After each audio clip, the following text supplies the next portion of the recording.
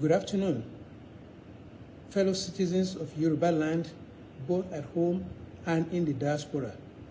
My name is Stephen Demola Faleti, and I'm here in New York City in the conference room of the United Nations to represent Yoruba people on this 75th anniversary of the chartering of the United Nations Commission on Human Rights. By the special grace of God, our friends in high places, and the anointed and unparalleled leadership of Chief Mrs. Moduko Nichiri-Abiola, we have been invited to the UN to represent Yoruba people on this 75th anniversary celebration of the creation of the UN Charter on Human Rights. It is indeed an eye-opening experience that gave us an opportunity to showcase ourselves as a sovereign nation of Yoruba land and a land of people with opportunities and promise, and to let the global community know that notwithstanding what we hear in the world, in other parts of the world, we still have a need for the preservation and protection of human rights, particularly in Yoruba land and in the African continent in general. It is my distinct honor to be here to represent my people, my sovereign state of Yoruba land, and I thank God for this welcome opportunity. Thank you.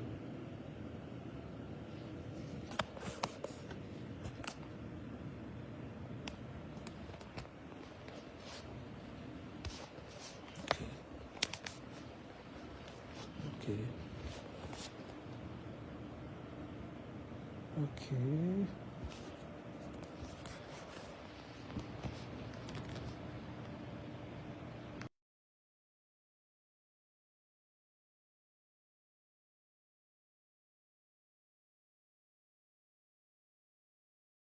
Africa, not from plundering and conflicts. Many such areas have become catacombs of misery and exploitation. The Democratic Republic of Congo has suffered this for decades. Despite the strong UN presence there, what happened? The world economy owes the Republic of Congo much, but gives her very little. The mayhem visited on resource-rich areas does not respect national boundaries. Sudan, Mali, Burkina Faso, Central African Republic, and the list grow on and on and on. The problem also knocks at Nigeria's door. Foreign entities abated by local criminals who aspire to be petty warlords have drafted thousands of people into servitude to illegally mine gold and other resources. Billions of dollars meant to improve the nation's economy now fuel violent enterprises. If left unchecked, they will threaten peace and place national security at a grave danger. Given the extent of this injustice and the high scales involved, many Africans are asking whether the phenomenon is by accident or by design. Members' nations must reply by working with us to deter their farms and nationals from the 21st century pillage of continent riches. Fifth, climate change severely impacts Nigeria and Africa. Northern Nigeria. Mo kí gbogbo wa pé ẹ káalẹ́ níbikíbi tí ẹ ti ń darapọ̀ mọ́ wa. Ẹ máa rí Dúpẹ́ ní United Nations. Ẹ farabalẹ̀ kẹ́ máa bá ètò yìí ká lọ lálẹ́ yìí. orúkọ mi ni Ọláyọmí Kóìkì. I want to prove to gbogbo ọmọ Yorùbá pé lóòótọ́ ni Dúpẹ́ lọ sí United Nations. Mo ti rí fídíò yẹn, màá fi fídíò yẹn wọ̀nyí, àmọ́ ẹ má kúrò lórí ìjókòó. Dúpẹ́ onítìrọ́, the 419, the fraudulent woman, apadà ti rí pé lóòótọ́ ó lọ sí United Nations. Fídíò yẹn mo ti rí lọ́dọ̀ United Nations nígbà tí ó ń àdírẹ́sì gbogbo mídíà àgbáyé at the conclusion of the United Nations. Let's start with the program with the beautiful anthem. Mo padà bọ̀.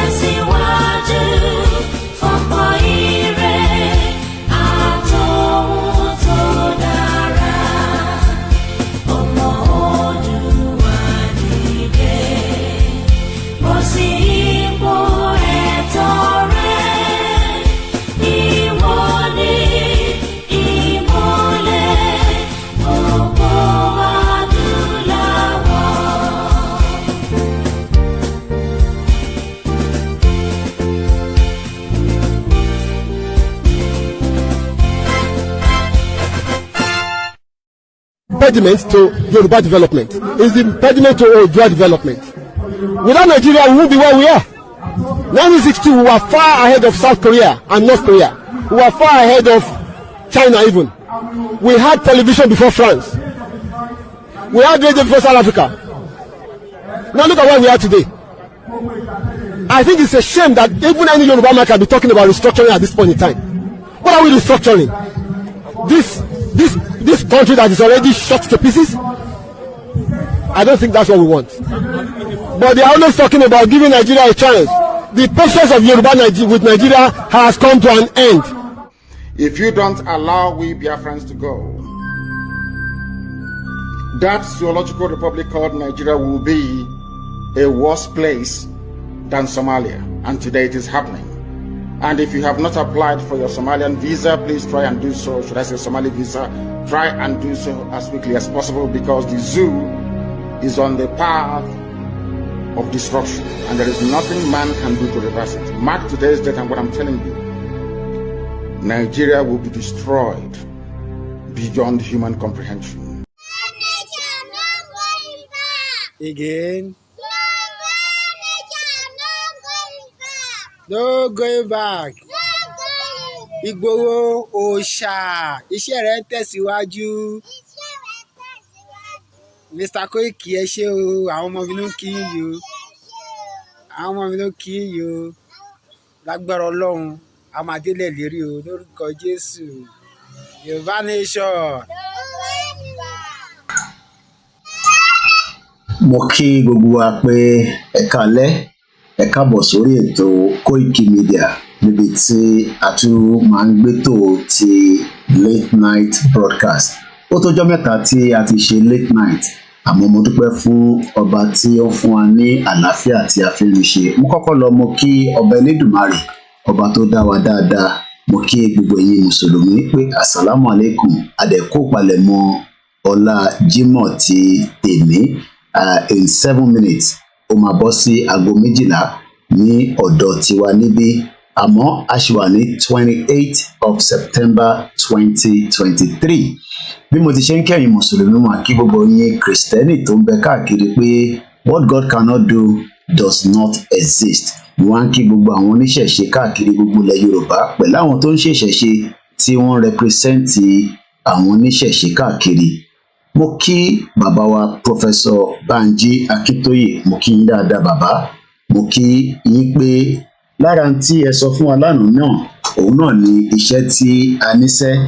Tó bá fẹ́ máa rẹ̀ wá, a bá ti ń gbọ́hùn bàbá wa ìyẹn alànà inú wa máa dùn nítorí pé gbogbo ìgbà tí a bá láǹfààní pé kẹwàá tẹ̀ bá wa sọ̀rọ̀ bí méjì mẹ́ta ọ̀rọ̀ tó máa ń dùn mọ́ wá nú òun lè máa ń gbé wá fún wa. Ẹ wá sọ lánàá nígbà tí ẹ àdírẹ́sì gbogbo ọmọ Yorùbá ní ìyẹn àná pé we are in this struggle to win.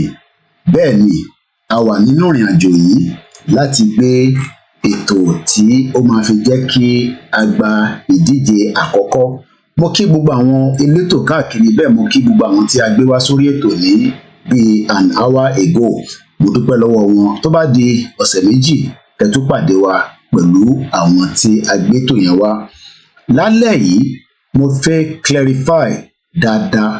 Màá sọ ọ̀pọ̀lọpọ̀ ìwọ̀nba Yorùbá tí mo gbọ́ láti fi ṣe àlàyé yìí torí pé mo fẹ́ jẹ́ kí ó délé kó dóko kí gbogbo ọmọ Yorùbá lè mọ̀ bí tí wọ́n ń pè ní United Nations àti pé iṣẹ́ wo ni United Nations ṣe. Àmọ́ ìdí tí a ṣe gbé tòtálẹ̀ yìí wá, ọ̀pọ̀lọpọ̀ àwọn tí wọ́n sì ń sọ lọ́kàn ara wọn bóyá lóòótọ́ ni àbí lóòótọ́ kọ́. Mo ti wá rí òtítọ́ ńbẹ̀ náà pé lóòótọ́ ni Dúpẹ́ lọ sí United Nations. Ó àdírẹ́sì gbogbo àgbáyé, kódà kó tẹ̀ ń ṣe Yorùbá nìkan ló àdírẹ́sì. Ó àdírẹ́sì gbogbo àwọn èèyàn tó ń bẹ nínú United Nations àti gbogbo mídíà àgbáyé, gbogbo wa ló àdírẹ́sì àtàwa náà. Mo ti rí fídíò yẹn níbi tí mo ti ń ṣe research lọ títí pé ó náà ń lọ United Nations. Irú wa ò gbọdọ̀ má wàá rí evidence láti mú jáde pé kò lọ lóòótọ́. Yàtọ̀ sí bàbá tí ẹ rí pé tẹ bá ń wo àwòrán méjèèjì, ìyẹn aláṣẹ ìjọba Nàìjíríà lọ́wọ́lọ́wọ́ òun ló ń bẹ nísàlẹ̀ tí a mọ̀ sí President Bola Ahmed Tinubu. Òun lọ fún UN General Assembly tí a mọ̀ sí the 78th General Assembly. Àmọ́ tí bàbá yìí lọ fún, ìyẹn bàbá tó pe rẹ̀ ní Stephen Fálétílé àbí Fálétí àbí whatever tó bá máa jẹ́. Lákọ̀ọ́kọ́, bí ìwọ náà bá tẹ̀ díjú bóyá fún ìdí kan àbí ìdí kejì ojú yàn ní kankan tó ń ṣe, ẹ rí i pé áńgù yẹn ó dúró dáadáa, àmọ́ rúùmù tó lúkálukú wà ọ̀tọ̀ọ̀tọ̀ ni. Rúùmù tí Dúpẹ́ náà ti àdírẹ́sì gbogbo ọmọ àgbáyé, mo ti rí yàrá tó ti àdírẹ́sì. Wọn ọkọ̀ gbé yẹn jáde tẹ́lẹ̀ ni, wọ́n tọ́jú yẹn pamọ́. Kódà mo rí ìjìnlẹ̀ gan wà nínú ibi tí Dúpẹ́ ti àdírẹ́sì gbogbo àgbáyé. So mo fẹ́ kẹ́ farabalẹ̀ kẹ́ jókòó nítorí pé ètò talẹ́ yìí á nọsẹ̀ díẹ̀, àmọ́ a gbìyànjú láti jẹ́ kí gbogbo ọmọ Yorùbá kí àlàyé yẹn lè yé yín. Mo sọ fún yín pé èmi ni last man standing, èmi ni international media yín. Ó kọ̀ pẹ́ ni pé mo tètè mọ̀ pé Dúpẹ́ lọ lóòótọ́. Mo ti wá rí ẹ̀rí lóòótọ́ pé ó lọ. Ẹ̀rí tí mo rí yẹn màá mú wá fún gbogbo wa lálẹ́ yìí. Lákọ̀ọ́kọ́, mo kí bàbá wa olóyè Dr. Sunday Igboho. Bá ti ṣe ń kí Igboho náà là ń kí bàbá wa Chief Banji Ayélóge. Mo wá kí gbogbo àwọn tí a mọ̀ sí YSDM, the 72 groups tó ń bẹ lábẹ́ YSDM àtàwọn tó ń darí YSDM látòrí olórí wa Professor Adébánjí Stephen Akintoye, the oracle of our time. Bí mo ti ṣe ń kí àwọn ni mo kí gbogbo àwọn tó ń bẹ ní abẹ́ wọn tí a mọ̀ sí bàbá wa Banji Ayélóge, the deputy. Mo wá lọ kí financial, mo kí secretary, mo wá kí gbogbo àwọn tí wọ́n wà ní different organization tí wọ́n ń ṣètò pé kíran Yorùbá kó lè bọ́ nínú oko ẹrú. Àmọ́ Dúpẹ́ ní òun declare Yorùbá nation, ìyẹn òmìnira, ní ọdún tó kọjá lọ́hùn. Nígbà tóun dẹ̀ ti declare, ó ṣe láti di pé òun láti lọ present ẹ̀ fún United Nations. Ó kàn gbé bàbá ẹ̀ síwájú ni, òun fúnra rẹ̀ gan wà níbẹ̀. Òun gan ti travel lọ sí Amẹ́ríkà. Ó lọ Amẹ́ríkà láti lọ ṣe event yẹn. So ẹ jẹ́ ká máa tẹ̀ lọ díẹ̀díẹ̀. Ẹ jẹ́ ká tún gbọ́n tí Stephen Fálétí tóun fi àdírẹ́sì gbogbo ọmọ Yorùbá lábẹ́ òmìnira 2022. Ẹ jẹ́ ká gbọ́n kan tí ó sọ.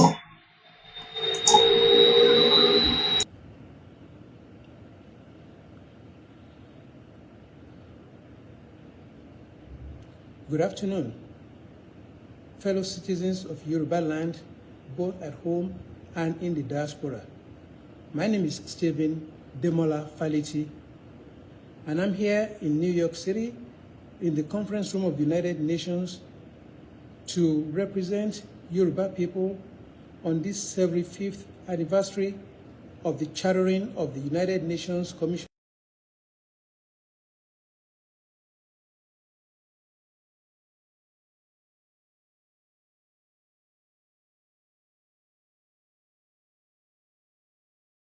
My mic was muted. Mo fẹ́ ká dibẹ̀ yẹn mú 75th. Bóyá ó ṣe mistake ni. Bóyá 78 ló fi pè, but nọ́mbà mẹ́ta ló ṣì wà lẹ́yìn 70 ló wà before 78. In tí bàbá yìí sọ òun ni 75th. Ó ní 75th. 75, not 78. In tí wọ́n ṣẹ̀ parí gẹ́gẹ́ bí a ti ṣe gbọ́ tí a dẹ̀ rí ní ẹ̀rí òun ni 78. 78 United Nations General Assembly, not 75th. Àmọ́bi tóun ti rí tọ̀dọ̀ tiẹ̀, but ibẹ̀ kọ́ la ṣe fẹ́ lò lálẹ́ yìí. There is difference between 78 and 75th. 75th is a different number to the word 78.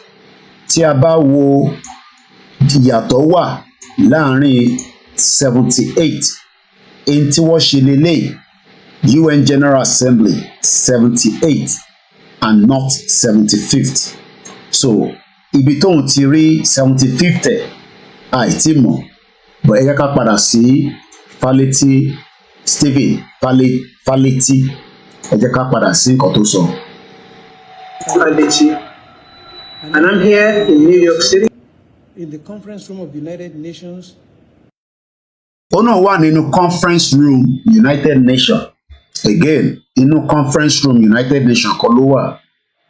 Ibi tó wà yẹn could be anywhere, but tá bá ń sọ pé conference room, báwo la ṣe máa identify pé there is a place tó ń pè ní United Nations conference room?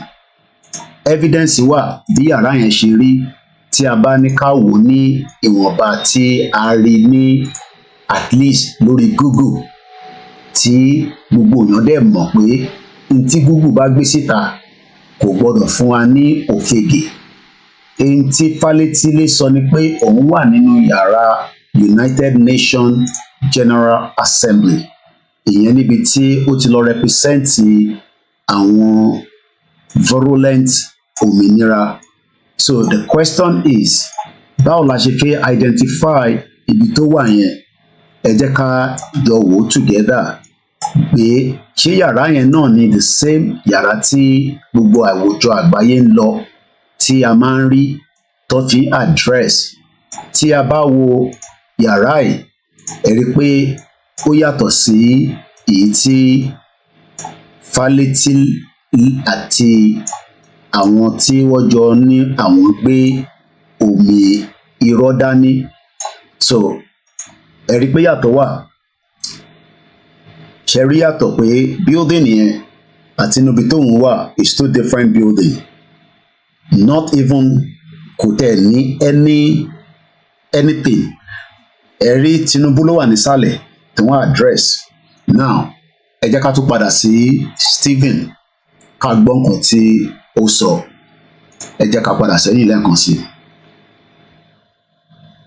Faleti, and I'm here in New York City in the conference room of the United Nations.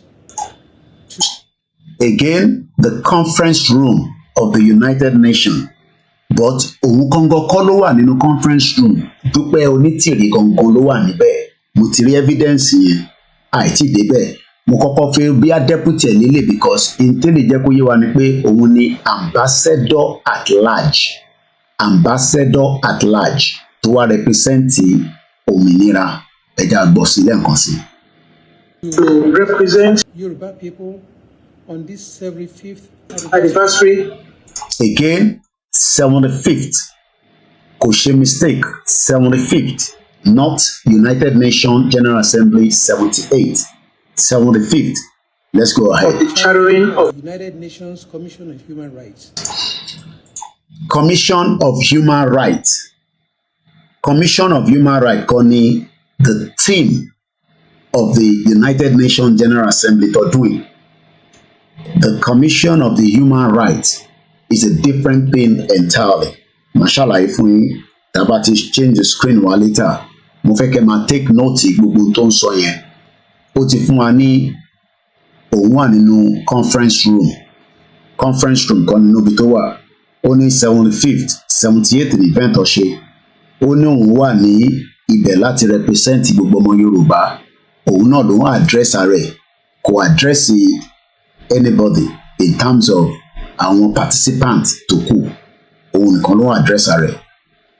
By the special grace of God, our friends in high places, and the anointed and unparalleled leadership of Chief Mrs. Moduko Onitiri Abiola, we Lóòótọ́ ni leader wọn ni mo dẹ̀ ti rí nínú United Nations building. Lóòótọ́ ó address everybody. Ẹ má kánjú, a máa débẹ̀. But ambassador ló kọ́kọ́ lọ represent ẹ̀ ló sọ̀rọ̀. But Dúpẹ́ ló lọ ṣe final conclusion ọ̀rọ̀. Kódà Ìjìnlẹ̀ náà wà ní Amẹ́ríkà. Mo rí Ìjìnlẹ̀. Kódà Ìjìnlẹ̀ béèrè question nígbà tí wọ́n ń ṣe program yẹn lọ. Ẹ jẹ́ ká túbọ̀ máa gbọ́n tí ambassador at large ló ń sọ̀rọ̀ lọ́wọ́ nísìn. Àyẹn ambassador òmìnira ó ń represent òmìnirọ́ ìyẹn ní United Nations building nínú yàrá ẹ̀. We have been invited to the UN to represent Yoruba people on this 75th anniversary celebration. Ó dé lẹ́ǹkejì 75th not 78th. Of the creation of the UN Charter on Human Rights. Of the creation of the Charter of the United Nations Human Rights. United Nations Charter of Human Rights. Ẹ jẹ́ ká wò bí a lè rí image tó reflect in tó ń sọ àti tí ó gbé dání tó ní òun lọ represent. So in tó lọ represent tó lọ fún gangan tí wọ́n try láti twist around òun ni charter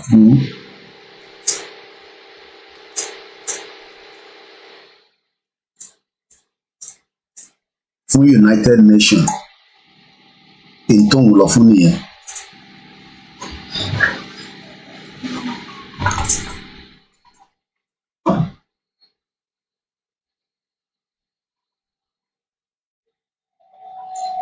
Tó ń lọ fún òun nìyẹn. United Nations Charter. Ẹ jẹ́ ká mú something to back that. So this is called, let me pull it up a little bit more. Yep. So Universal Declaration of Human Rights, not United Nations General Assembly. Ẹ jẹ́ ká gbọ́ nǹkan tó sọ padà again. Let's pull it back one more a little bit. Ẹ jẹ́ ká tún gbọ́ díẹ̀ sí. In high places, and the anointed and unparalleled leadership of Chief Mrs. Moduko Onitiri Abiola, we have been invited to the UN to represent Yoruba people on this 75th anniversary celebration of the creation of the UN Charter on Human Rights. Now, ẹni tí Tinubu lọ fún, tí gbogbo àwọn president lọ fún, mo kí gbogbo èèyàn wa tí ẹ wà lórí ètò, mo kí gbogbo wa lẹ́ẹ̀kan sí. Tí n bá kí gbogbo èèyàn pátápátá, ẹ má bínú, mo gbọ́dọ̀ kí ìwà pẹ̀lú ẹwà, mo kí gbogbo ìyá wa Lé Àjàyí Comfort. Ẹ má kí wa distracted because mo fẹ́ present kìíní kó lè yí àwọn èèyàn dáadáa. so mo kí gbogbo wa máa kí dáadáa pẹ̀sẹ̀pẹ̀sẹ̀ but mo ti rí video evidence pé lóòótọ́ ni mo fẹ́ yẹ kí kámẹ́rà mi kó píkì mi náà díẹ̀ ṣẹ̀dẹ̀ ń wà báyìí so lóòótọ́ mo ti rí Dúpẹ́ ó attend the United Nations lóòótọ́ àtètè mọ́ ni but mo ti bá yín wá jáde òun dẹ̀ ló make presentation yẹn but ambassador at large wọn ló sì ń sọ̀rọ̀ tí wọ́n sọ fún gbogbo ọmọ Yorùbá káàkiri ni pé àwọn lọ sí United Nations but wọ́n sọ fún ọmọ Yorùbá pé n táwọn lọ fún kò ń ṣe nínú building tí Tinubu àti Joe Biden àti other president around the world kódà gbogbo breakdown àwọn tó wá Dúpẹ́ ó fún wa ní gbogbo breakdown yẹn nígbà tó ń dá kódà èmi ò tẹ́ mọ̀ kó ti ní agbára tó yẹn ó ṣe sọ world press media ló bá sọ̀rọ̀ kò tẹ̀ ìjìnlẹ̀ ó kàn mú ìjìnlẹ̀ dání ni ìjìnlẹ̀ wà nù clip tẹ̀ máa rí yẹn ẹ má kánjú ẹ farabalẹ̀ ẹ jẹ́ ká ṣe kọ́kọ́ gbọ́ ambassador at large ló ń sọ̀rọ̀ lọ́wọ́ nísìnyí ìyẹn Stephen Faleti the ambassador at large mo kí gbogbo èèyàn wa lóòótọ́ tí ẹ ti wà pẹ̀lú wa ẹ jẹ́ ká gbọ́n tó ń sọ lẹ́ẹ̀kan sí. And the anointed and unparalleled leadership of Chief Mrs. Moduko Nitiri Abiola, we have been invited to the UN to represent Yoruba people on this 75th anniversary celebration of the creation of the UN Charter on Human Rights. So, àti clear àárín yẹn nísìn, ambassador at large ló lọ represent òmìnira lórí Universal Declaration of Human Rights.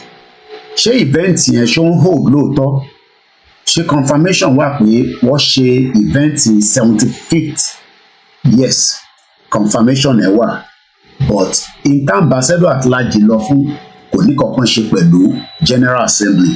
Bóyá ìjìnlẹ̀ àtàwọn tó kù wọn bí wọ́n ṣe mistake wọ́n ní understanding meaning General Assembly. So wọ́n kọ́ link gbogbo ẹ̀ mọ́ màá ṣe gbogbo analysis yẹn lálẹ́ mo ti ní time yẹn lálẹ́ ìjẹ́ torí gbà tí mo ti rí video evidence so mo gbọ́dọ̀ accept pé lóòótọ́ ni Dúpẹ́ lọ síbẹ̀ mo kí gbogbo èèyàn wa tí ẹ ti darapọ̀ mọ́ wa màá jẹ́ kí video yẹn kúrò délẹ̀ ó kù 1 minute then àwa padà sí the other part tí Dúpẹ́ ti address gbogbo ọmọ Yorùbá bó ká tó débẹ̀ màá tún sọ àwọn nǹkan kan bíi méjì mẹ́ta a ní láti gbọ́rọ̀ Tinubu mọ́ Tinubu ló ń sọ̀rọ̀ yẹn but màá fún yín ní evidence ibi tí Dúpẹ́ ti sọ̀rọ̀ nínú United Nations àti ibi tí Tinubu ti sọ̀rọ̀ ní recording ti United Nations but àkọ́rí recording bàbá yìí the ambassador at large kódà evidence ìgbà tí Tinubu lọ sí ọ́fíìsì ti Anthony Guterres Tinubu lọ kí nínú ọ́fíìsì kódà evidence yẹn náà wà tí mo lè fún yín màá mú fídíò yẹn jáde but ẹ jẹ́ ká kọ́kọ́ tẹ̀ gbádùn the ambassador at large the ambassador at large but mo wá rí i pé ìgbà tí Dúpẹ́ tó rán ambassador at large lọ ó ní kò gbọ́dọ̀ sọ̀rọ̀ ju ibi tó sọ̀rọ̀ dé torí pé tó bá sọ̀rọ̀ jù bẹ́ẹ̀ lọ Koiki àtàwọn mídíà tó kù wọ́n máa píkẹ̀ wọ́n dẹ̀ máa lò ó so kó jẹ́ kóun ló wá máa àdírẹ́sì Koiki through àwọn world media kò ń ṣe world media Yorùbá Nation world media Al Jazeera àtàwọn tó kù lọ máa fún yín ní evidence gan míì wáyé tí bàbá ambassador at large bá ń sọ̀rọ̀ níbi tí Tinubu fúnra rẹ̀ ẹ jẹ́ ká mú yẹn wá sínú clip tó ń lọ lọ́wọ́lọ́wọ́ ẹ̀ Ọlọ́run ṣàjẹ́ kí system wa kó má kó láàbì kan wọ́n ti fi break ẹ̀ lẹ́ǹkan nígbà tá a kọ́kọ́ bẹ̀rẹ̀ wọ́n a dúpẹ́ fọ́lọ́run pé a ṣì wà lórí ẹ̀ Tinubu ló ibi tí Tinubu ti lọ kí Anthony Guterres lélẹ̀ ìyẹn nínú ọ́fíìsì tiẹ̀ màá mute audio yẹn so kò ní echo so while that one is going on let us be enjoying that temporarily ẹ jẹ́ n fi sínú loop so ẹ jẹ́ ká padà sọ́dọ̀ so ẹ má mix gbogbo ẹ̀ ọ̀pọ̀ Dúpẹ́ náà ó àdírẹ́sì àwọn ìṣòro náà lọ kí gbogbo ọ́fíìsì báyìí mo rí nígbà tó fi wọlé ó jókòó ó àdírẹ́sì world media mo ṣeré lálẹ́ yìí ẹ rí i pé mo serious gan Dúpẹ́ address, so a máa láti accept lálẹ́ pé Dúpẹ́ ti address, so gbogbo wa máa apologize fún Dúpẹ́ at the end of the program. But ní ẹni sì kọ́ ni o, ṣe rí pé flag tí ambassador at large mú dání ó yàtọ̀ sí flag tí ẹ̀jẹ̀ impossible níṣòro. Mo fẹ́ kẹ́ wo flag yẹn ká fi wo ti ambassador at large. Flag tí ambassador at large mú dání kódà kò tó ìtẹ̀lé lò nínú ilé mi. Lára àwọn flag tèmi lélẹ̀ ti Yorùbá ni mo mọ reason tí Ìjìnlẹ̀ ò ṣe sọ fún mi, mo bá ti post eléyìí sí kékeré tó mú dání yẹn ò dáná ọkọ lọ disgrace òmìnira níbẹ̀ yẹn. Nígbà tí èmi ní flag mo níta fún yìí ọ̀fẹ́ ni máa fún ẹ ò bá ti sọ next time, because flag tí bàbá yẹn mú dání àwọn flag kékèké irú àwọn flag báyìí ló kọ̀ lọ mú dání but Dúpẹ́ ìgbà tó máa ṣe àdírẹ́sì tiẹ̀ ó dà ń pé ó lo flag, mo rántí bí ó lo flag, ó dà ń pé mo rí Ìjìnlẹ̀ tó mú flag dání gbogbo ẹ̀ la máa rí lálẹ́ mo ṣeré o, mo serious gan. Dúpẹ́ address United Nations, so ẹ jẹ́ kémi fi tèmi sọ́rùn báyìí, ẹ jẹ́ kémi mú tèmi sọ́rùn. Bàbá Fálétí next time tẹ́ bá fẹ́ lọ ẹ wá yá flag lọ́wọ́ mi kí n fún yín kẹ́ lè rí lò. Ẹ jẹ́ ká padà sọ́dọ̀ Bàbá Fálétí. Ẹ má bínú because there's a lot of things I'm doing here, so èmi nìkan náà dẹ̀ ni. Ẹ jẹ́ ká play video ti again, so màá tún dá padà díẹ̀ sí kí ló dé tí Tinubu yẹn apọ́sẹ̀ bóyá kí yẹn ṣe níṣòro ẹ ká jẹ́ kí Tinubu yẹn kó máa roll. Mo fẹ́ kí yẹn wà níbẹ̀ as a still just temporarily, but a padà láti jẹ́ kó roll. Bóyá Bàbá Fálétí ẹ̀yin gbóhùn sókè padà. That gave us an opportunity to showcase ourselves as a sovereign nation of Yoruba land and a land of people with opportunities and promise, and to let the global community know that notwithstanding what we hear in the world, in other parts of the world, we still have a need for the preservation and protection of human rights, particularly in Yoruba land.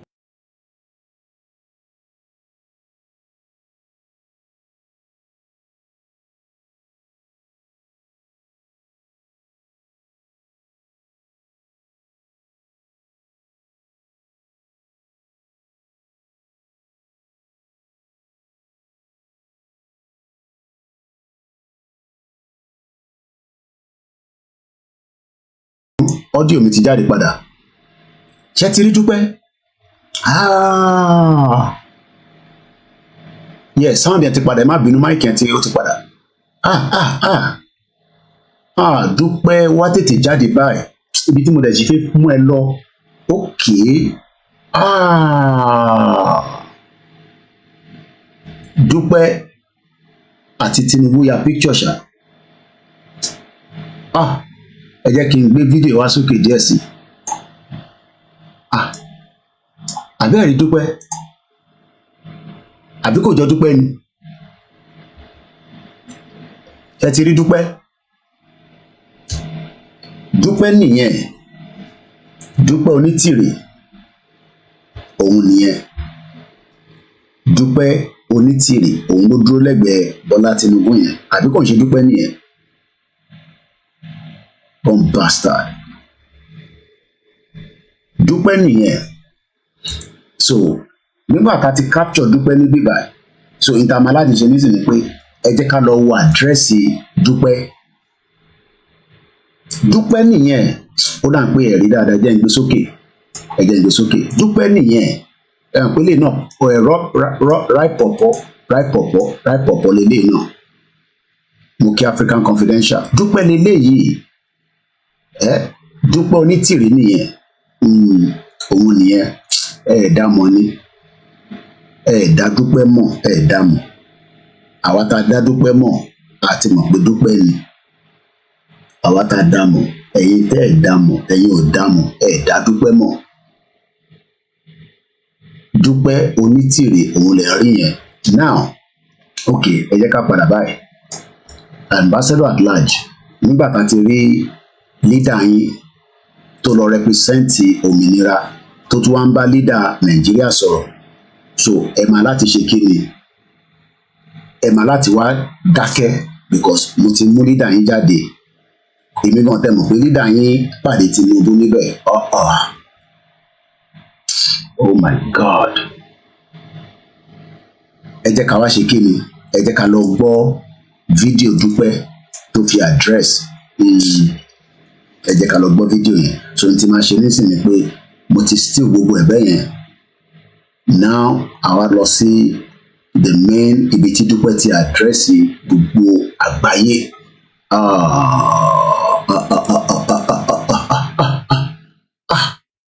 Ambassador Alhaji ó gbọ́dọ̀ tún sọ̀rọ̀ mọ́ because ó ní right láti sọ̀rọ̀ àti rí olórí yín tó wá represent yín so you have to keep quiet now okay while we deal with your olórí because Ambassador Alhaji ni ìwọ kọ́ la fi bá deal so what we're going to do now a fẹ́ lọ sí back end wa ká lọ mú bọ̀ because there's a lot of things that is open at the back so mo fẹ́ mú ìtì so okay a máa kọ́kọ́ mú lẹ́ẹ̀kọ̀ọ̀kan ẹ jẹ́ ká kọ́kọ́ wo bí building ṣe rí so this is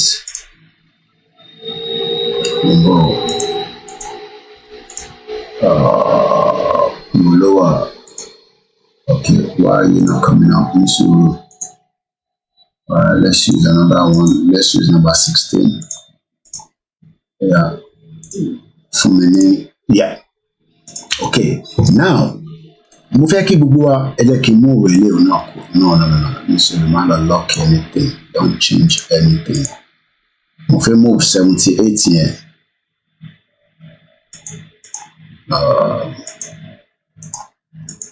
okay now let's move this one ẹ jẹ́ ká move ilé báyìí iṣẹ́ pọ̀ lálẹ́ tá a máa ṣe o so kò sọ̀rọ̀ lálẹ́ fún gbogbo wa now mo fẹ́ kẹ́ máa wo àpẹẹrẹ ká gbé Dúpẹ́ náà wọlé Dúpẹ́ ìwọ náà máa bọ̀ jẹ́ ká gbé ìwọ náà wọnú ilé lẹ́ǹkan so kí gbogbo ẹ̀ kó rhyme kí n kúkú gbé ìwọ náà wọnú inú studio ó fi wá bá mi sọ̀rọ̀ bọ̀ mo lè gbé wọnú studio through virtual so this crime tí Dúpẹ́ gbé jáde ni mo fẹ́ knock lálẹ́ and we close the chapter and we can move further. Ó náà lọ sí United Nations àti rí pé lóòótọ́ wà ní United Nations because Dúpẹ́ nìyẹn pẹ̀lú President Bọ́lá Tinubu so but opposition ẹ̀ lè rí yẹn kẹ́rí pàmò méjèèjì bí a kì í gbé báyìí ẹ jẹ́ ń gbé báyìí so ṣe ti rí Dúpẹ́ nìyẹn so but Dúpẹ́ lọ in a different form ni ẹ mọ̀ ó ní ẹ̀mí Ọlọ́run ló máa ń lò àti ẹ̀mí Ọlọ́run so ẹ̀mí Ọlọ́run tó ń lò yẹn òun ni mo fẹ́ ṣe analysis ẹ̀ lálẹ́ so what we're going to do now is I'm going to bring this up and I will now have to take down some few things so that ká lè ní better view màá wá arrange it later so let me first remove as much of yeah okay I can leave that one I'll take that off now I will do better arrangement so let's take that off as well now mo fẹ́ ká farabalẹ̀ on the serious note tá bá ń sọ̀rọ̀ United Nations kò ń ṣe ìtìyàn kan máa sọ anyhow tó bá ní understanding ẹ̀ now presentation tẹ́ fẹ́ gbọ́ nísìn is the conclusion kí ni mo pè is the conclusion of what and how the United Nations General Assembly the number 78 bó ṣe tán àti bó ṣe parí òun ni a fẹ́ wò nísìn any other person tó bá ní understanding bí United Nations ṣe operate no problem but tó bá láǹfààní àti gbọ́ fídíò mi tí ò bá tún wá ní understanding ẹ̀ only send email to me at info@koikimedia.com and I will do my best to reply you.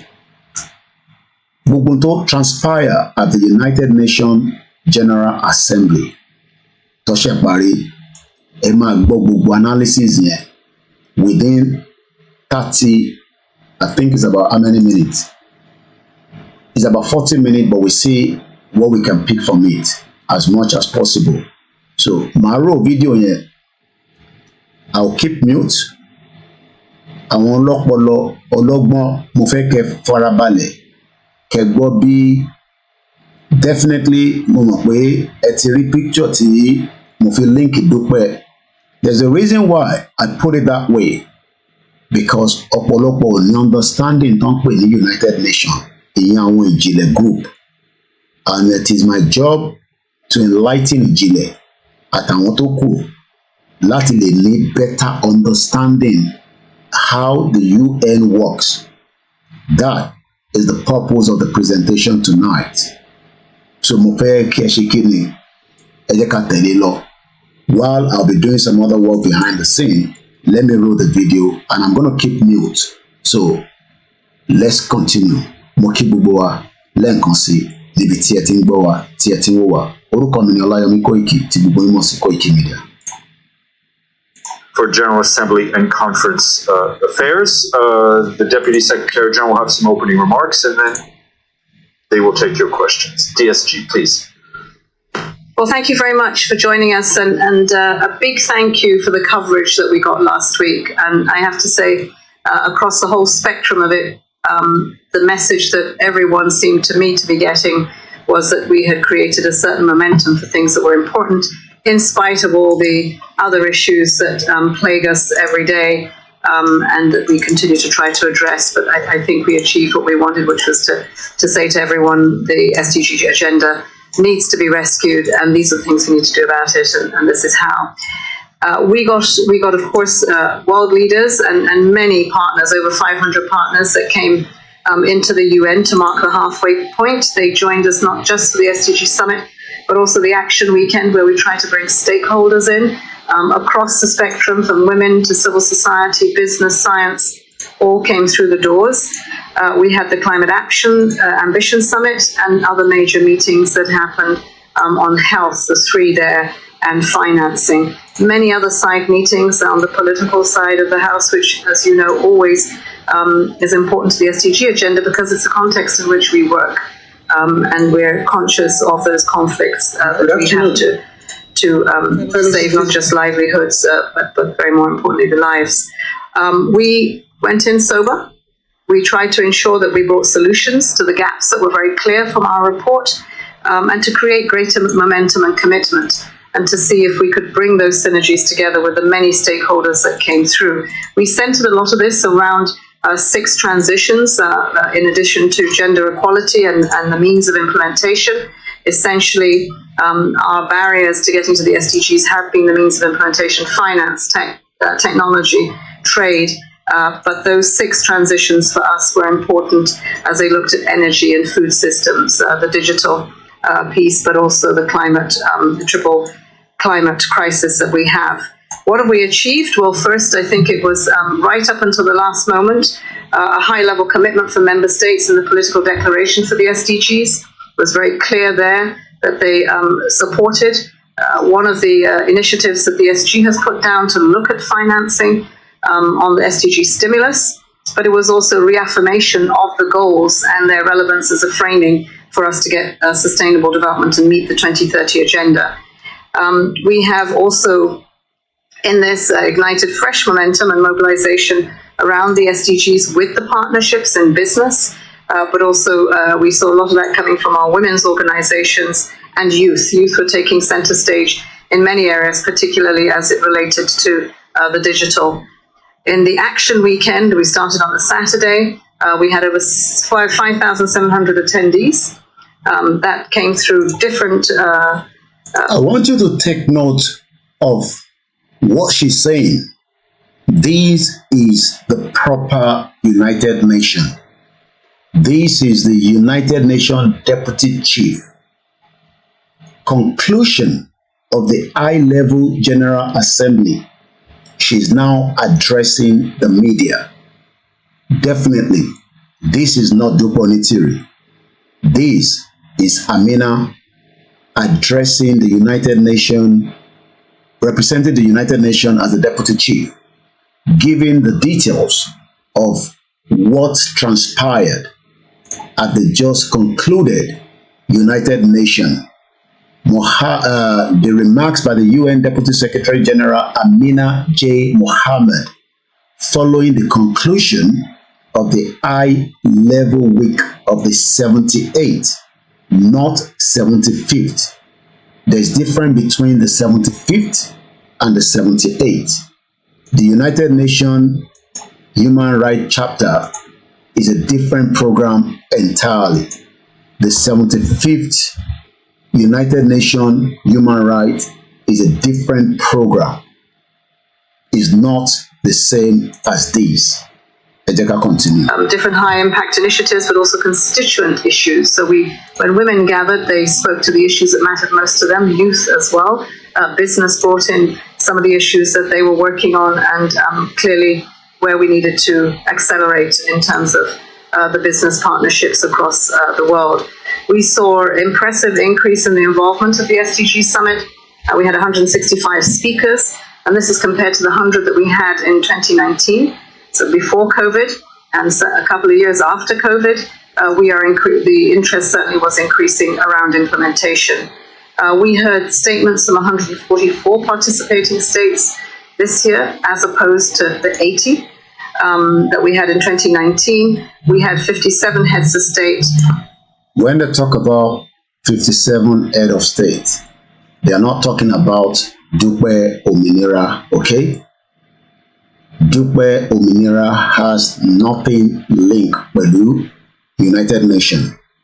Eti Baba Stephen Faleti Lofun òun náà pè ní the 75th Commission of the United Nations. That is the program to Lofun. It has nothing to do with the United Nations General Assembly. And this is the European Union delegation to law, the delegation of the European Union to the United Nations and the International Organization in Geneva, the EU for Human Rights. This was prior before that event. This was on the 10th of March, 2023. In 2023, we commemorate the 75th. In Tibaba and Solatenko, 10 Boton so Tony 75th. This is what it's talking about. This is the event. So it has nothing to do with this. This is the General Assembly. These are two different events. 78th Lele, 75th Lele. So let's go back again to Amina as she addressed the United Nations General Assembly conclusion of the high-level event. And vice presidents that were also with us, as opposed to 38 in 2019. So we did see an increase in leaders coming to speak on the SDGs. When they are talking about leaders speaking at the SDG, Tibaba and Daruko, they are not talking about Ominira. That Baba is representing himself as a different event, as a delegate. So, Mufe can make clear understanding. But Eba Lori be our 419, but she present this event on their platform. Let me bring out Jimmy Goat. Every Jimmy Goat, Boloa. Yeah. Teba wa sibi ba. Teba wa sorry page criminal. All this fraudster. Don't put on the let's come here. Everything one present as the United Nations. Ṣẹ̀tẹ̀rí pé kò bá Amina ya picture. Tó bá tẹ̀ pé wọ́n bá Amina ya picture. Ṣẹ̀rí pé they are two different people. Ṣé woman yìí jọ ilé? Àbójú ló ń dùn mí. Ẹ bá mi kọ sínú comment section ẹ jọ̀ọ́. Ṣé Bàbá Faleti tó ya picture ṣé deputy United Nations General Secretary ló bá ya picture ni àbí lára àwọn delegate tọ́jọ́ lọ síbẹ̀? Ẹ bá mi fi sínú comment section ẹ jọ̀ọ́. Mo tún bèrè lẹ́ẹ̀kan sí, mo ní ṣé picture àtẹlé ṣé wọ́n jọra wọn? Ṣé picture ṣé wọ́n jọra wọn? Ṣé Anthony Guterres lélẹ̀? Mo ń bèrè ni o. Ṣé ẹ rí nǹkan tí mò ń ṣe ṣá? Yeah. This is the kind of crime tí èèyàn máa ṣe nílùú yìí tó máa parọ́ tó lè ṣẹ̀wọ̀n fún. Òun ló fi rọra ń ṣeré. Because èèyàn á rò pé irú bàbá tí ẹja lọ sí Stephen Falaty ọ̀bí Falaty here. This is Falaty is meant to be a well-learned individual. No, not this one. This is not him. Mo rò pé kò tí lọ change picture tí a bá lórí LinkedIn. Bàbá yẹn lélẹ̀.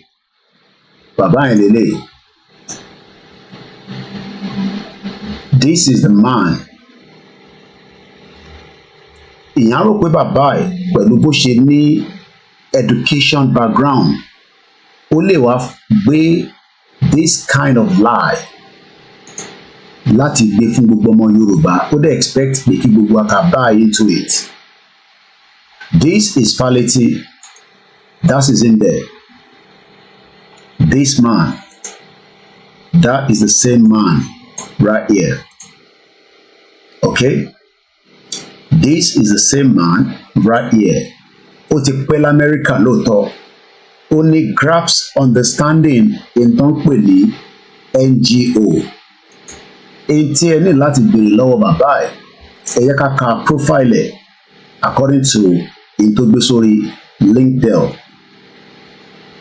In tó gbé sórí LinkedIn, ó pè ẹ̀ ní Stephen Falaty CPA, MBA, CSM, Controller of Atlant Alliance Foundation. That is the job tó náà ń ṣe. This is the job tí bàbá yìí ṣe. Kí làwọn Atlant ń ṣe? Ẹ rí i pé it's got to do with charity. Mo tẹ̀ tí kà, but for the fact that mo ti rí nǹkan tó relate mọ́ humanity níbẹ̀. Falaty understand the grasp of working with an organization tó nípa rescue, survivor. Ẹ jẹ́ ká lọ wo about us. Ibi tẹ́tí máa mọ iṣẹ́ tí Atlant Alliance tí bàbá 419 yìí tó lọ represent wọn tóun àti Amina lélẹ̀, Anthony Guterres lélẹ̀, wọ́n kàn lo another double body ni. Ẹ mú yẹn dání bẹ́ẹ̀, mo gbọ́dọ̀ close àwọn kankan so that kí system má lọ crash. I can close that. We're gonna come. Okay, àti rí bàbá yẹn on the link there also. Now, since we are now getting a bit of understanding pẹ̀lú bàbá yìí, ẹ jẹ́ ká wo kí ni àwọn eléyìí ṣe. Ìyẹn kí ni role ẹ̀? Ó náà ní controller. Kí ló ń pè ní controller? Ẹ jẹ́ ká lọ wo English dictionary controller. Tá bá ní controller, kí ni meaning ẹ̀? According to the English dictionary, controller. Controller. A person or a thing that directs or regulates something. Iṣẹ́ tí bàbá Falaty tó ń ṣe nìyẹn. He directs or regulates something. So ó máa ń direct nǹkan kan nínú organization ẹ̀. Ó dẹ̀ máa ń control. Ẹ jẹ́ ká kọ́kọ́ gba understanding kí lorúkọ organization ẹ̀. Atlant, òun náà ló fi síbẹ̀. Àfi tó bá yẹ pé irọ́ ló ń pa pé kò bá wọn ṣiṣẹ́. But I don't think he will put such on his LinkedIn because LinkedIn is a very, very high profile, platform. Ó yàtọ̀ sí Facebook. Okay? Tabari nǹkan tó kọ sí bíbá about òun fún rẹ̀. Ó ní I am an experienced audit and financial management professional with global operation and strategic management proficiency. I have expertise in internal control evaluation, business process improvement, financial planning and analysis. Well, bàbá yìí analysis ẹ kò right lórí ibi tó ní lọ yẹn, ó ti parọ́. You have actually told a big lie. Ìyẹn kan. So, only system implementation and change management. Ó wá náà wà satisfied as a Scrum Master, train experience and pursuing certification in project management. Well, project tó gbé dání ó ti fail because ó ti wá parọ́ fún gbogbo ọmọ Yorùbá based on into February sọ ó ti contradict in tí ó lọ present síta pẹ̀lú fídíò tí ó gbé dání tó ń fíìmù rẹ̀ bẹ́ẹ̀ tó ṣẹ̀ dé Amẹ́ríkà. Okay, ó dẹ̀ ti pẹ́ l'Amẹ́ríkà from the look of things. Now, he also went further to say, now Atimon Intel Toshe Owani, these are some of the previous post activities bye-bye. Mo fẹ́ kẹ́ take note gbogbo activities bye-bye. As at 1 month ago, ó release the press statement kan ní ìlú Ìbàdàn, but máa ka statement yẹn fún yín. Ẹ jẹ́ ká ṣì dúró síbẹ̀ yẹn náà. Ẹ jẹ́ ká kọ́kọ́ padà sórí nígbà tá a ti mọ meaning. Controller. Iṣẹ́ tó náà ń ṣe nìyẹn. What does controller called? Controlling people want to have control or asset power over another person. So bàbá yìí ń ṣiṣẹ́ pẹ̀lú Dúpẹ́ láti take control lọ́wọ́ bàbá Akíntóyè. Wọ́n fi gba control. So iṣẹ́ tó mọ̀ nípa dáadáa ni. So ó fẹ́ gba control tí bàbá Akíntóyè gbé dání àtàwọn tí wọ́n gbà fún bàbá Akíntóyè. Kàkà kí bàbá Fálétí ó gbà fún bàbá Akíntóyè, ó fẹ́ take control because kò like kó jẹ́ ẹni tó máa direct nǹkan fún, ó fẹ́ take control, and that is the job tó ń ṣe níbi iṣẹ́ yìí. Orúkọ ibi iṣẹ́ tó ti ń ṣiṣẹ́ ni wọ́n ń pè ní Atlant Alliance. Bí ó ṣì ń bá wọn ṣiṣẹ́ or not, I don't know, but kò tí change the details yẹn lórí LinkedIn. Ẹ jẹ́ ká wá wo ṣé tòótọ́ tó bá jẹ́ pé ó ń ṣiṣẹ́ pẹ̀lú àwọn ilé, which every one of us have different job tá à ń ṣe. Ẹ má bínú, there's a lot of things that is blocking, but mama kà fún yín anyway, but I'm sure some of you can say maybe I should reduce Dupe a little bit. Let me reduce Dupe a little bit so that yeah, ẹ lè máa rí nǹkan tí mò ń kà lẹ́yìn. Mo lè reduce ilé náà so that tí mò ń ṣe lẹ́yìn yẹn mo lè reduce bàbá wèrè yẹn náà.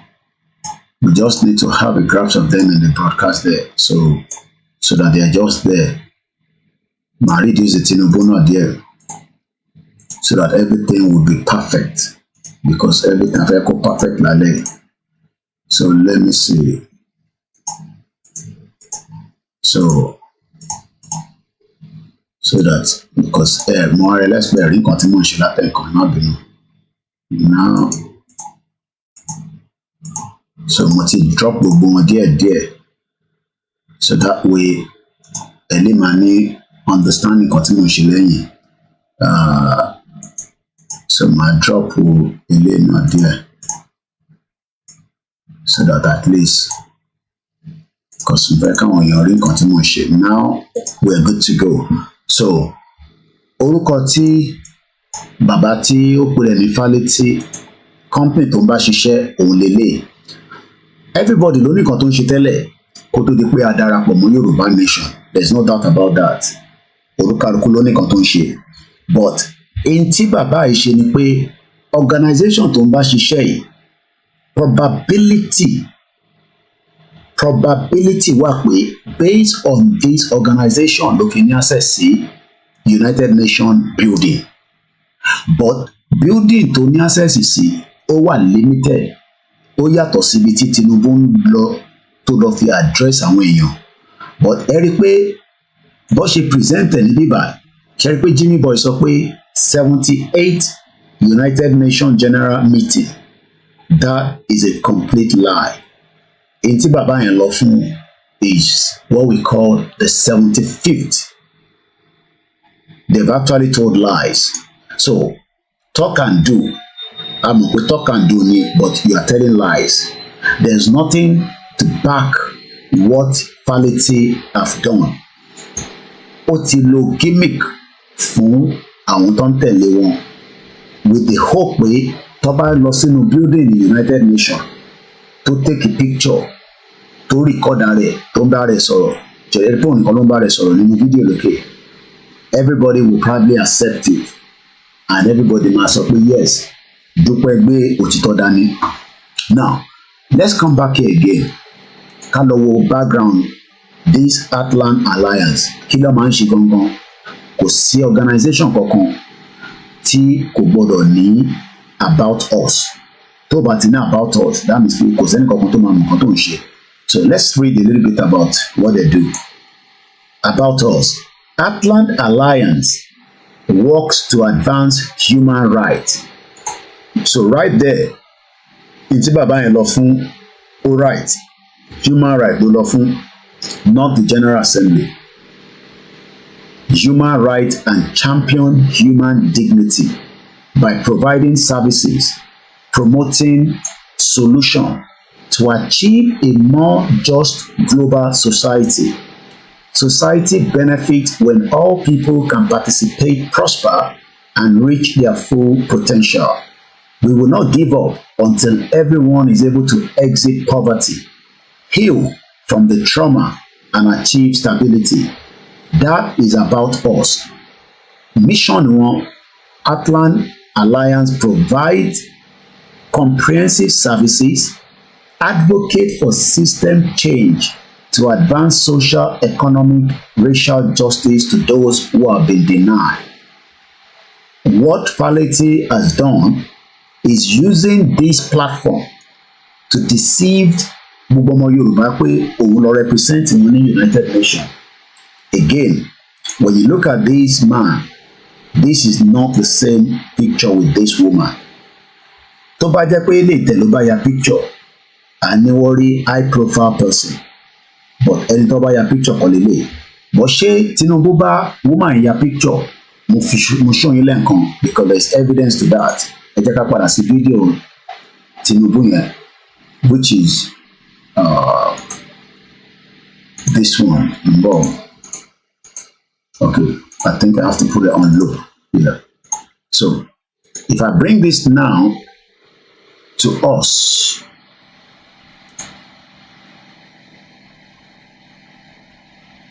where is it again? All right, let me take it down and bring it back up again.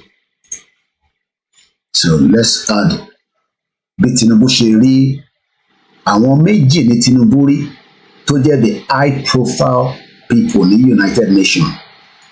Bàbá Faleti gan àṣekò tẹ̀ lẹ́nu bẹ̀ rárá, àwọn ìjìnlẹ̀ rò pé lẹ́nu ni. Ṣé rí pé àwọn tí Tinubu pàdé, these are two high profile. Ẹ jẹ́ ká máa wò lọ. Ẹ rí pé Tinubu ń sign ìwé. Kí ló ń sign yẹn? Ó ń sign pé òun wá sí United Nations. That is exactly what he's doing right there at the moment. Tó bá sign tán, kí ló ṣẹlẹ̀? Wọ́n mú lọ sí another office. Ó wọlé, ó tọwọ́ bọ̀wé. Ó ń sign. During the first time he's attending the United Nations. Right there, taleri yẹn, Anthony Guterres, òun lè rí yẹn. Tá bá padà sí bàbá burúkú tó ní òun Faleti àbí kí ló pè rẹ̀, ẹ jẹ́ kí n gbé wá sísàlẹ̀ báyìí. Ṣé rí pé ẹni tó bá ya picture láwọn ọkùnrin àtọbìnrin, mo ń béèrè pé ṣé Anthony Guterres lélẹ̀ tí bàbá ya picture pẹ̀lú? Definitely not. But let's go further. Àwọn ilé ìwọ̀n bí Tinubu ṣe ń sign. Then kí ló ṣẹlẹ̀? Nigerian flag àti United Nations flag. Bàbá yóò débí báyìí tó lọ ya picture ní side débí báyìí láti lè jẹ́ kẹ́ mọ̀ pé lóòótọ́ òun wà nínú United Nations building. Kò lè débẹ̀ nítorí pé ambassador at large tiẹ̀ in tó lọ under ní organization tá ń pè ní Heartland Alliance. Okay? Tabatẹ̀ ní ká lọ wo àwọn wo ló jẹ́ staff àti board of leadership bí a máa tẹ̀rọ orúkọ bàbá yìí níbẹ̀. ṣe rí pé orúkọ ọ̀tẹ̀ tí ì sí lára àwọn tó jẹ́ gbòógì lókè. It's just an ordinary staff. I am very sure of that. ṣe rí pé interim president of Atlant, vice president, chief external affairs, chief human rights resources. Bàbá Fálétí àmàrí picture yín níbi ìbàkẹ́ kí ló ṣẹlẹ̀? Ẹ̀ sí lára àwọn tó jẹ́ top leadership Atlant Alliance. Ẹ̀dẹ̀ ń pera yín ní ambassador at large. Kí ló ṣẹlẹ̀? Kí ló ṣẹlẹ̀ táàrí yín níbí báyìí? Àbí just ordinary staff ní àbẹ́tẹ̀ ń ṣe bí a volunteer lẹ́tẹ̀ ń ṣe Atlant Alliance director ẹ̀jẹ̀ ká ti lọ wò yẹn. Bí a máa lórúkọ bàbá Fálétí níbẹ̀. Stephen kò tún sórúkọ yín níbí báyìí, mo ti wò délẹ̀ àtún lórúkọ yín níbí báyìí. Ok, bóyá ẹ̀ sí lára board of director, ẹ jẹ́ ká tún padà sẹ́yìn, ẹ jẹ́ ká lọ wo Atlant International board of director bí ẹ máa wà lára wọn yẹn. Ok, kò tún sórúkọ yín níbí báyìí, bí a wọ́n ṣe mistake ni. Ẹ jẹ́ ká tún lọ wo Atlant Human Care Services. Bàbá Fálétí, iṣẹ́ ogun lẹ wá ń ṣe nínú, because n tẹ́ sọ fún wa níbí báyìí nínú LinkedIn yín òun ni pé controller ni yín. Ok, ní Chicago, alright, àti accept pé you are just working there, whatever you are doing, that's fine. But ní èyí tí ẹ má bínú pé ẹ rí ogun tí mo fẹ́ wọ̀nyí ẹ jẹ́ kí n yọ Tinubu yẹn kúrò so that kí wọ́n padà sí àwọn kan tí mo fi wọ̀nyí lẹ́ẹ̀kan, because mo monitor screen mi lókè but tí bá ti change ẹ̀ ní other side nísàlẹ̀. So let's start again here. Àwọn orúkọ tẹ́ ń rí yìí,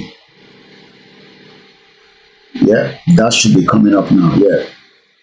So ẹ ká gbá Dúpẹ́ dànù sẹ́gbẹ̀ẹ́ for now, ẹ ká gbá Dúpẹ́ dànù sẹ́gbẹ̀ẹ́, ẹ ká gbá dànù sẹ́gbẹ̀ẹ́. So gbogbo àti mo bí Dúpẹ́ ṣe rí 419 ni. Now mo lọ sí abẹ́ àwọn wo gan ló wà in charge of this particular organization, the staff and the board of leadership. Mo wò látòkè délẹ̀, mo rẹ́ni tó jọ èèyàn dúdú níbẹ̀, òyìnbó bíi Latino ní gbogbo wọn, kò sí bàbá Fálétí níbẹ̀. Mo wá ní bí wọ́n ṣe mistake, bí a kò sí lára àwọn board of leadership, bí ó wà lábẹ́ àwọn Alliance board of director. So mo tún rí i pé nígbà tí mo gbé gbogbo ẹ̀ wá sísàlẹ̀ lọ sókè, ààrẹ nìkankan tó jẹ́ Stephen Fálétí, mo ní bí wọ́n ṣe mistake. Ẹ jẹ́ ká lọ sí Atlant Alliance Health board of directors. Again, mo rí i pé kò sí nǹkan tó jọ nínú ẹ̀, no problem, bí wọ́n ṣe mistake. Ẹ jẹ́ ká wá sí bíbá again. So in the nutshell, ká má fọ̀rọ̀ ògùn, even tí bàbá yìí bá ń ṣiṣẹ́ ní bíbá yìí, a ti mọ̀ nísìnyí pé organization tí bàbá yìí bá ṣiṣẹ́ based on in tó sọ fún wa ní about us, òun ni pé they are there as human rights and champion. Òun lọ́kọ̀ sí bíbá yìí. Atlant works to advance human rights and champion human dignity by providing services and promoting solutions to achieve a more just global society. So it shows that this man is another 419 tẹ́ gbọ́dọ̀ sá fún. Ṣé wọn kò Dúpẹ́ nìkan là ń pè ní 419 tẹ́lẹ̀, àtúntòrí another 419. Bàbá yìí ẹnu ẹdún gbogbogbogbogbogbogbò another 419 ni. Ẹ jẹ́ kí n mo fẹ́ kí kíní lọ crash. So ẹ jẹ́ kí n lọ sí let me go again back to my YouTube. I think I picked something níbi tóun náà ti ń sọ̀rọ̀ nínú ǹbọ̀. Let me give you ǹbọ̀. I think I saw one of his videos tóun fún ara ti sọ̀rọ̀ after tó ṣe interview pẹ̀lú Ìjìnlẹ̀.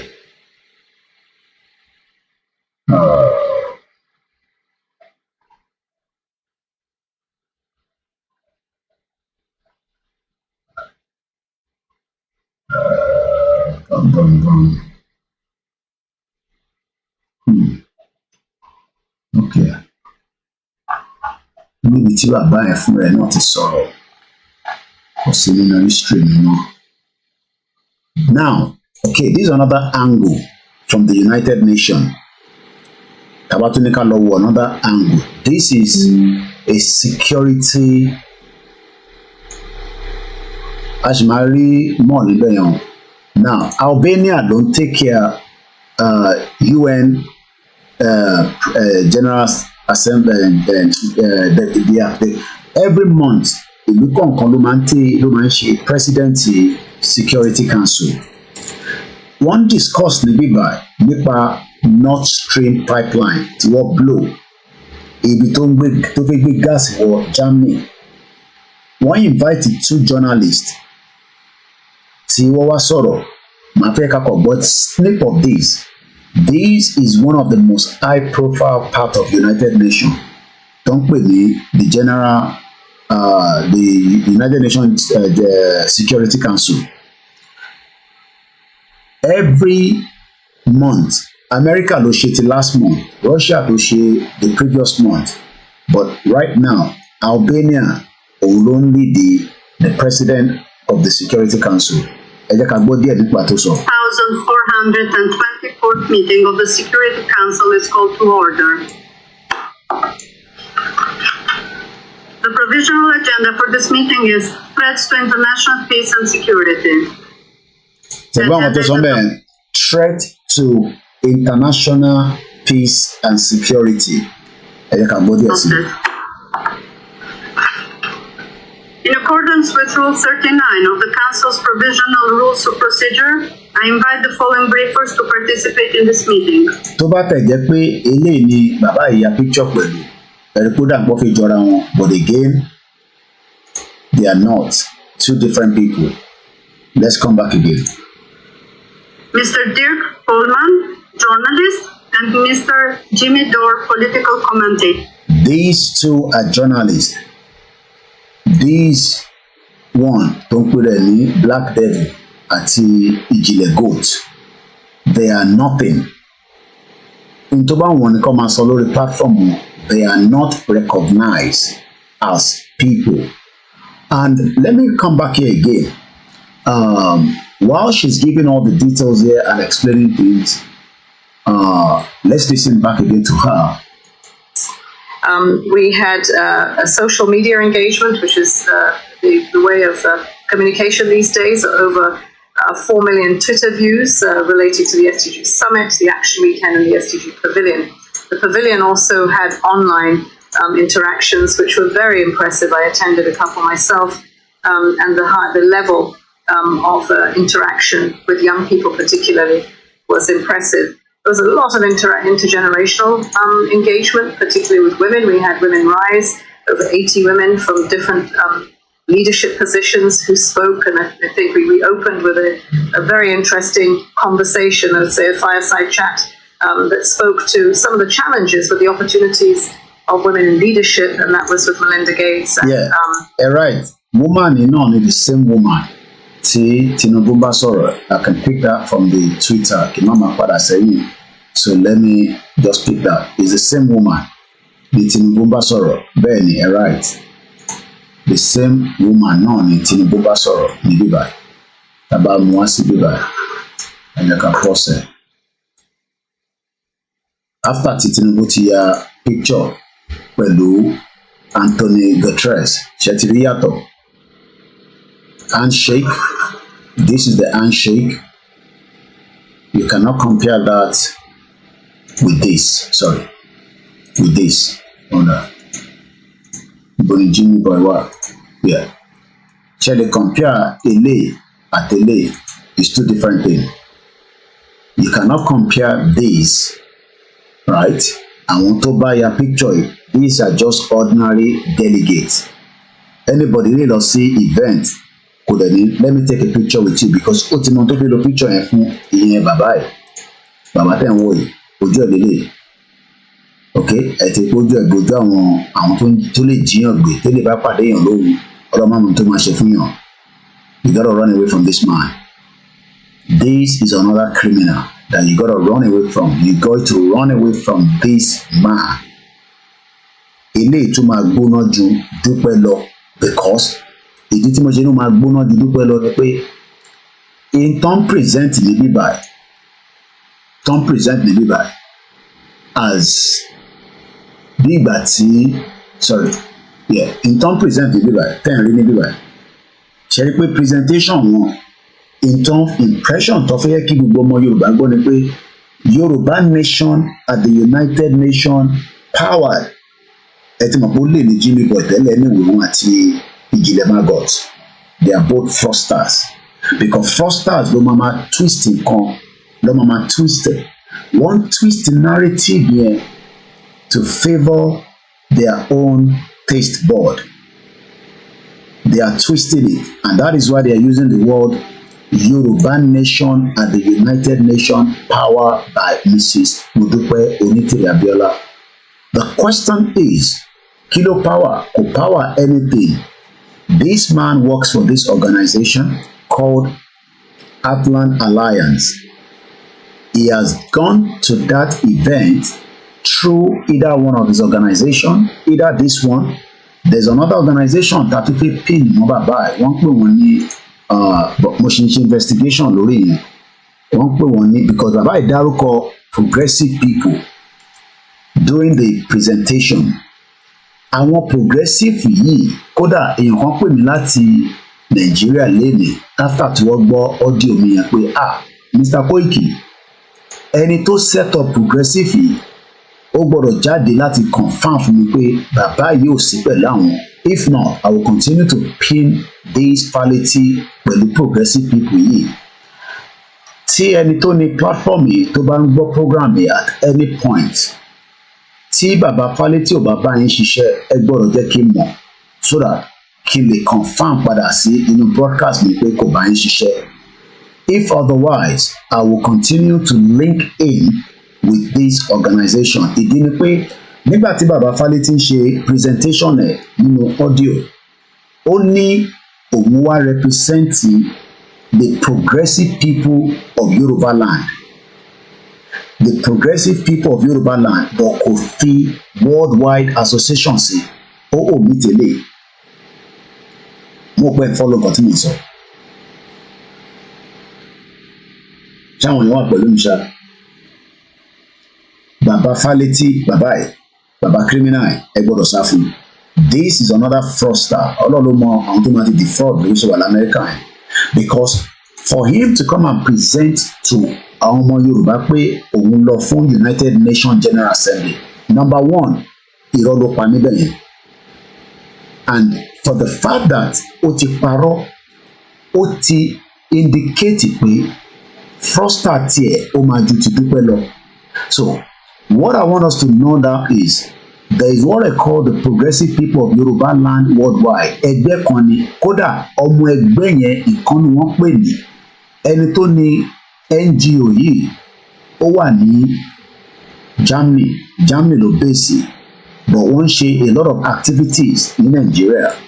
Kódà ní 2019 or 18, this organization ṣe rí pé laptop mi lélẹ̀, Alienware mi lélẹ̀. This is one of our rally. Èmi mo initiate poster yìí nígbà tí mo lọ sí Nigeria. Rally tó ṣe ní America ní 2 years ago. Ó wà lára èyí táwọn progressive yìí lò. Àwọn eléyìí, all I'm just going to say for now is I am not here to attack this organization. I am saying that this organization must come out with a communique, a statement that Baba Fálétí is not working for them. If otherwise, I will continue to pin you with him because ó dárúkọ progressive people nínú presentation ẹ̀. Now, mo ti lọ study àwọn ilé, mo ti lọ review ẹ̀, èmi àti àwọn tájọ́ ń ṣiṣẹ́ lẹ́yìn, kọ̀sí mi kọ́kọ́ ni mo ń ṣiṣẹ́ ẹ̀. Àwọn tájọ́ ń ṣe ẹ̀ ní láti mọ àwọn tó kù. Ẹ rí pé laptop mi lélẹ̀, Alienware tí mò ń lò lọ́wọ́lọ́wọ́ òun lélẹ̀, èmi mo ṣe recording ni nígbà tí wọ́n ń ṣe rally yẹn. Ẹ mọ̀ kí ni máa ń ṣe a lot of short video. So àwọn eléyìí lo video mi, I don't have any problem with that for their own project. But this progressive ten rí mo lè sọ fún gbogbo ọmọ Yorùbá pé is an NGO tó wà register tó dẹ̀ ń ṣiṣẹ́ fún United Nations. Tí bá ní ó ń ṣiṣẹ́ fún United Nations ó wà register sábẹ́ UN, kò ń ṣàwọn nìkan, màá fún yín ní evidence yẹn lálẹ́. So nígbà tí mo lọ study wọn, kódà 2 of my videos lọ lò ní 2 years ago, wọ́n lo ti Ṣòwòrẹ́ kan náà ní 3 years ago, wọ́n lo ti woman, ẹran ti woman kan tí àwọn àmì náà. Reason tí mo ṣe ń link àwọn eléyìí pẹ̀lú bàbá burúkú yìí, bàbá yìí, òun ni pé bàbá yìí dárúkọ progressive yẹn nínú presentation ẹ̀, ẹ̀yin tẹ́ bá gbọ́ fídíò yẹn dáadáa, ó ní I came to represent the Yoruba people that are progressive. Àwa tó kù a kì í ṣe progressive because àwa ò tẹ̀lé wọn, a lè tẹ̀lé àwọn criminals because this man is a criminal. Kò bá Anthony Guterres ya picture báyìí, kódà Tinubu bá the other woman ya picture. Ṣé pé Tinubu ló mú lọ sọ́fíìsì yẹn?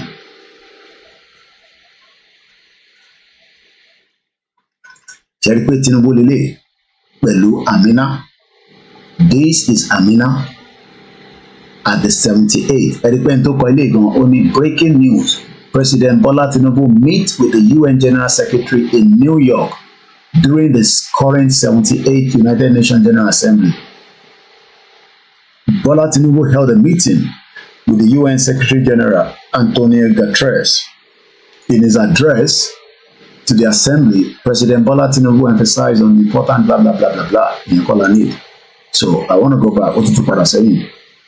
So after this picture, he had a picture, a photo shoot. Laman could come by. I put one camera and I'm gonna take it because Anthony Guterres is a very powerful man within the UN. What in the KMK was position in the Koto Dipono to the president in Nigeria? What we position United Nations General Secretary? What we know?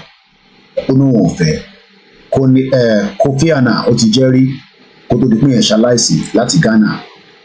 MK uno ọ̀fẹ́ ó ní president Nigeria ló ń fẹ́ jẹ. Now this picture is different from this one. Are you with me? Ẹ̀yin tẹ́ wà lórí program pẹ̀lú wa. Ṣé picture yìí ṣó jọra wọn? Yes or no? Yes, ó jọ, no, kò jọ. Ṣé picture yìí jọra wọn? Picture ten wò yìí. Are these two pictures the same? Ṣó jọra wọn? The question then is, why are they calling it Yoruba Nation at the United Nations powered by ṣé ìyá ìlú bá ya picture ni àbí láti bíbá ẹ̀ tàbí pé Bọ́lá Tinubu ya picture? These ṣẹ́ráhùn tó máa ń ṣe nǹkan báyìí, these are the criminals that will present things and think everybody will gawk for it. Pé kí gbogbo aká lọ accept it. But wọ́n mọ̀ pàwọ́ kan ní accept it. Somebody like me, mo gbọ́dọ̀ fún yín ní ìyẹn mo ṣe take time ni because tá a bá take time tí bá kọ̀ wá ṣe presentation yẹn tí mo put it together like this, it will be like, could make sense. And that is why I said Dupe Onitiri addressed, Tibano addressed. I was not actually talking about Dupe. I was more talking about Amina. Amina lo address our media at the concluded United Nations General Assembly. Once again, in 29th of September 2023. I think somebody wants to call in. I don't know whether that one is. Hello?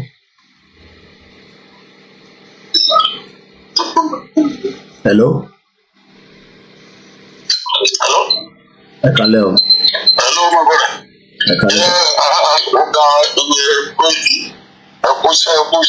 Good evening, sir.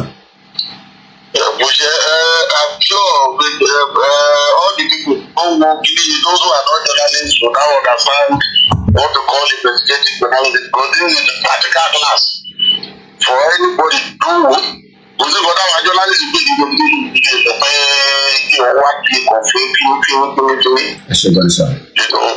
what you have just done and still doing because anybody èèyàn tó bá wo gbogbo wa ní ìsìnkú ìbá lọ́yẹ̀ tó bá lò wọ́n ọ̀dà sáyìn àjẹgbé ìlú yóò jẹ́ kí ọ̀ṣẹ́ tí Jésù Kristi kan bá padà wáyé wá kọ́ nínú gbogbo ìdá lójọ́ bá ọ̀dà sáyìn. ẹ ṣe gan sir. Ìgbà ìfúnpá méjì láti ìlú ìlú ìlú náà ṣe máa ń àwọn ìlú náà gbẹgbẹ. Àwọn rọ́bà ó ti bàbá fi àpọ́nlé ní kẹ̀kẹ́ sí ọ̀rọ̀ báyìí. From the investigation of the akọ́kẹ́ta máa wọ̀ sí jẹ́ ìlú ìlú. Because the same is not the way you do everything. Bẹ́ẹ̀ni.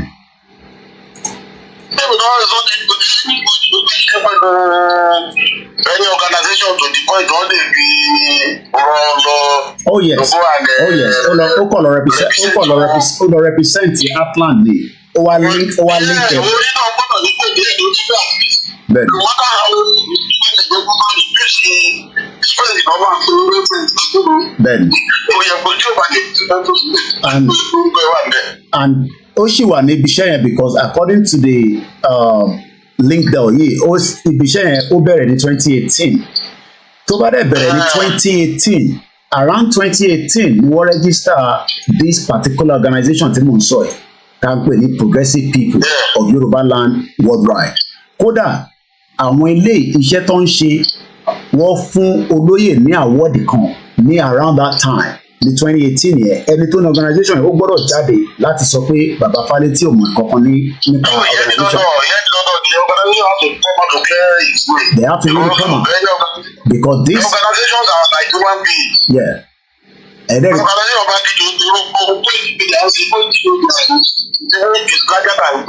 Bẹ́ẹ̀ni.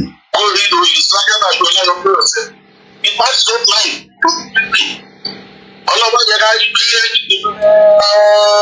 ẹgbẹ́ orúkọ rẹ̀. You have to go every day the organization has to come up with to clear itself. Bẹ́ẹ̀ni. Because it is not even easy to build organization but it's so easy to destroy it. Bẹ́ẹ̀ni. A simple thing like this only declare the organization or organization so the progressive association or whatever. Ọgbọ́dọ̀ jáde. Somebody to even post them. And then as journalists, if your name is attached to something, or you come out to clear yourself, we want to attach your name to that thing. That's it. Whether for good or for bad, we have done is to look for this. Our job is to inform people what we have found out. And if your name is attached to what we have found out, we keep hammering it, but you come out, say that to the point, or to confirm it. Ìgbìmọ̀ yẹn sọ̀rọ̀ náà ní àwọn kìnìún ẹ̀mọ́ ẹ̀ gbọ́dọ̀ di oṣù gbọ́dọ̀ di owó dọ̀tà wa lárọ́ owó náà irọ́ àdẹ̀mọ̀ nípa irọ́ ni o àwọn àdẹ̀mọ̀ ni o ìkọlù méjì yìí fà ọgbọ́dọ̀ jáde. Bẹ́ẹ̀ni. Ẹ ṣe. Journalist àwọn people our young ones who wants to be journalists. I'm sure they are seeing what you are doing. Nínú gbogbo ojúkòrò tí Bọ́lá pè ní research àti investigation tó yé lọ. You are not just doing only investigating. What you are actually doing is research work. It's research to go so far with the government for the past 30 minutes or so.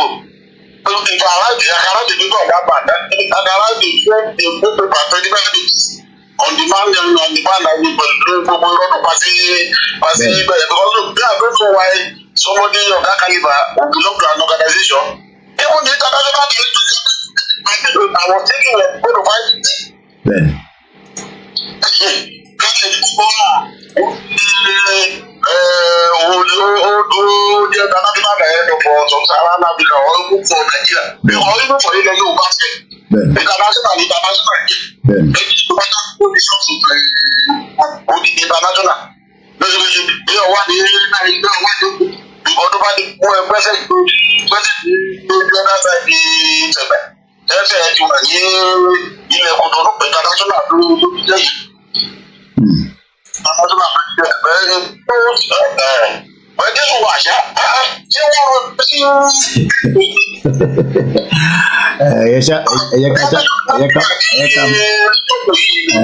As long as we can,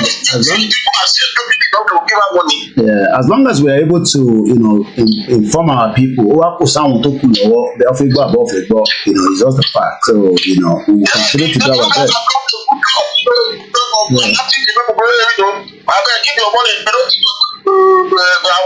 So anybody who sees those those guys, but the third person was been born on either side.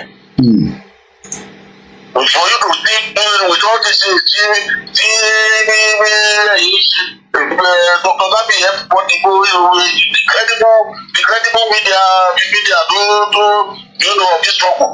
Anybody don't say a penny. For this Yoruba to people, only the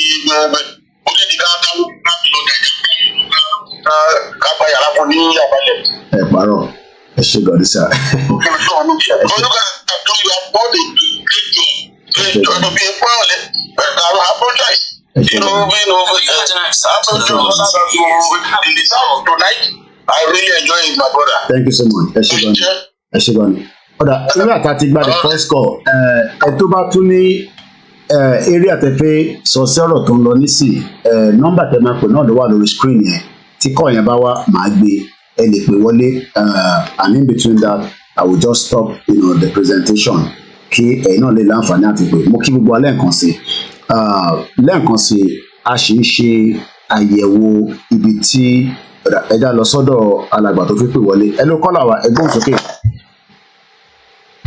Hello, Mr. Kweke. Ẹ káàbọ̀ sórí ètò sà, ẹ rà sà.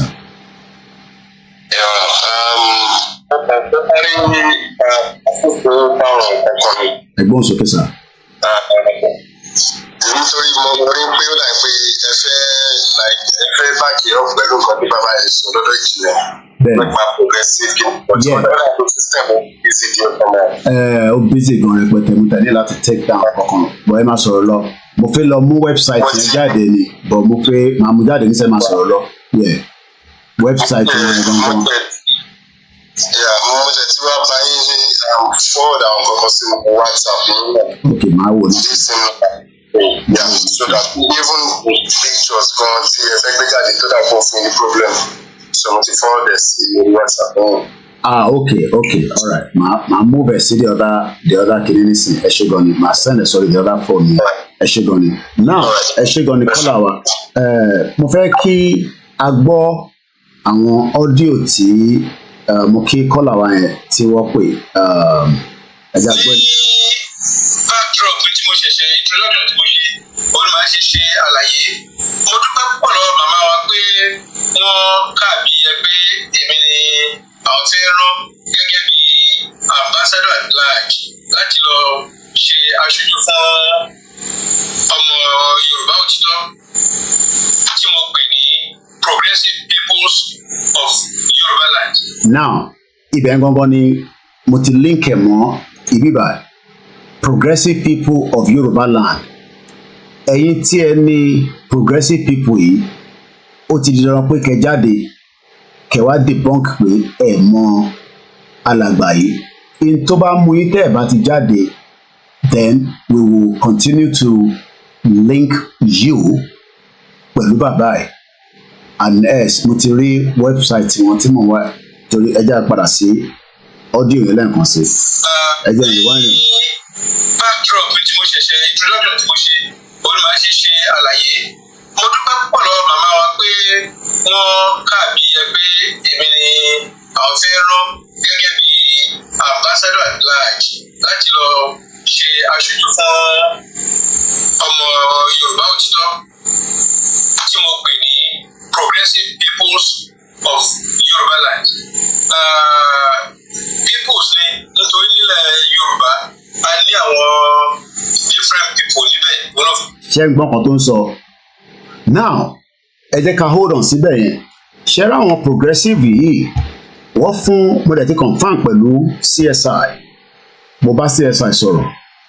Nígbà tí CSI wà ní old house wọn, ẹ jẹ́ ká wo image website ṣẹ́rí pórúkọ CSI àwọn lè gbé síwájú ìyẹn organization yìí the same organization yìí náà ṣe ní People's Progress yẹn o tí ẹ ń gbọ́ kan tí mo sọ Yoruba Health Charity Foundation is not a profit organization and also not a governmental organization with a major interest in selfless service for the Yorubas in Nigeria and all over the world. Now, mo fẹ́ mú àwọn kankan jáde. We've been able to communicate àwọn tó jẹ́ member progressively, like I said, a call came from one of them, one of the members,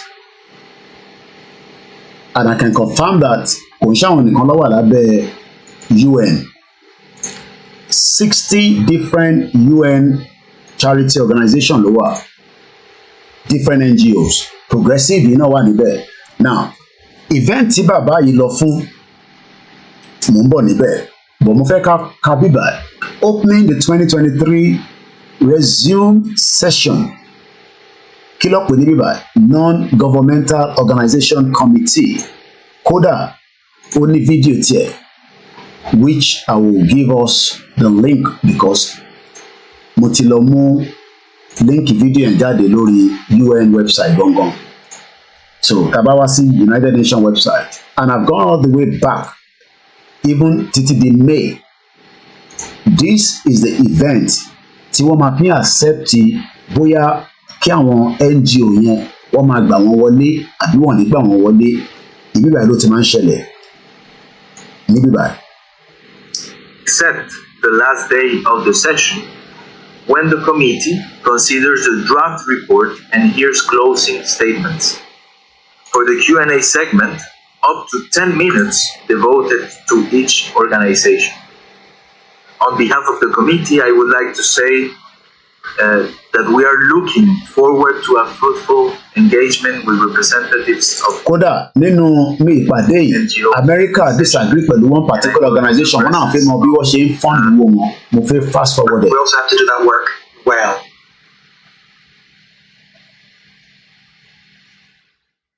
$6,000 NGOs have taken part in the process for this committee, which deserve 60 tá à ń sọ yẹn kò ń ṣe gbogbo 60 yẹn nìkan ló wà pẹ̀lú United Nations náà wọ́n pọ̀ rẹpẹtẹ but 60 ṣe put in application wọn and progressive people wà lára wọn máa fi wọ̀nyí nísìn. Mo fẹ́ kẹ́ tẹ̀lé mi ká lọ pẹ̀lú 60 tí wọ́n submit recently yìí. Nigeria nìkan ní 16 out of the 60. It shows that Nigeria is a place that people are using the NGO to do good job. Let me put it that way. You know, because of the situation of Nigeria. Now, ẹ jẹ́ ká wo àwọn oríṣiríṣi organization tó wà níbẹ̀. Wọ́n pe organization kan ní Acapso Foundation. Tẹ́bá Kabiba, the committee recommend that the economic and social grants, kí ló ń pè ní grant? Owó ló ń pè bẹ́ẹ̀. Ẹ jẹ́ ká lọ meaning grant. Tàbá sọ pé grant meaning ẹ̀ kí ló ń pè ní grant? Grant. Agree to give or allow something. So wọ́n ti accept pé àwọn 60 àwọn 61 organization they are okay to be given a grant. Ẹ̀gbọ́n níbí báyìí. The committee àwọn wo ni committee àwọn ilé ní committee jẹ́rìí pé wọ́n ní committee on the non-governmental organization àwọn ló máa kọ́kọ́ fẹ́ẹ̀tì pé àwọn tá a fẹ́ fún lówó kò ń ṣàwọn tó máa lọ fi ṣe terrorism kò ń ṣàwọn tó máa gbowó tó máa sá lọ tí wọ́n ní wà accountable.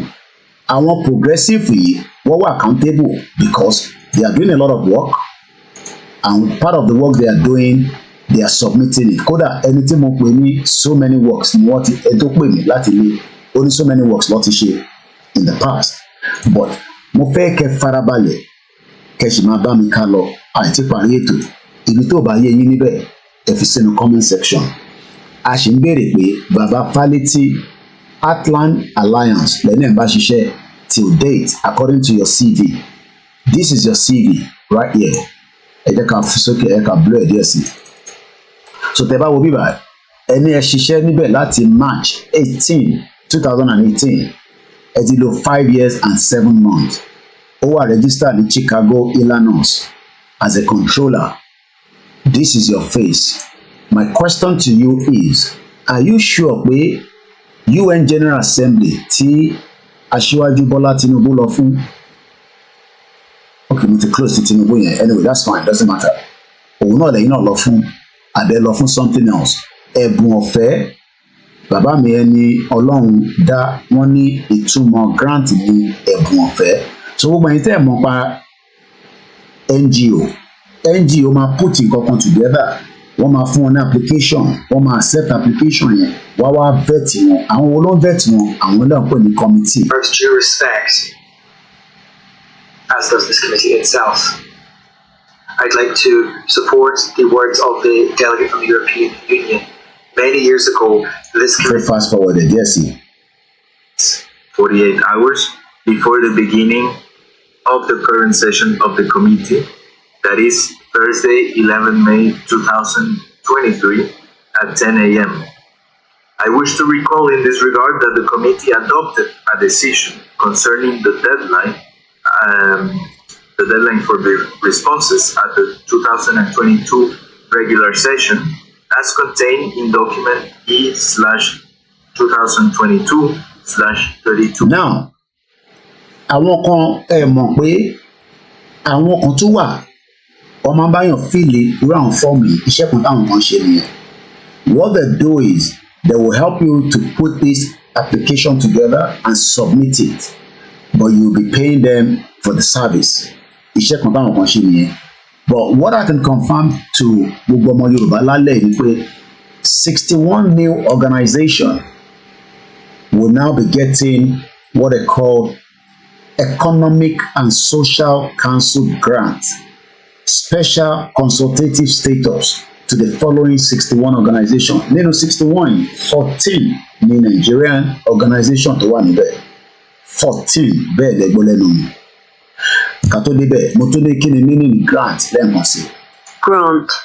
Ẹ jẹ́ kí n reduce Dupe undisturb wa too much. Ẹ jẹ́ fún mi small view. Ó ti tóbi jù.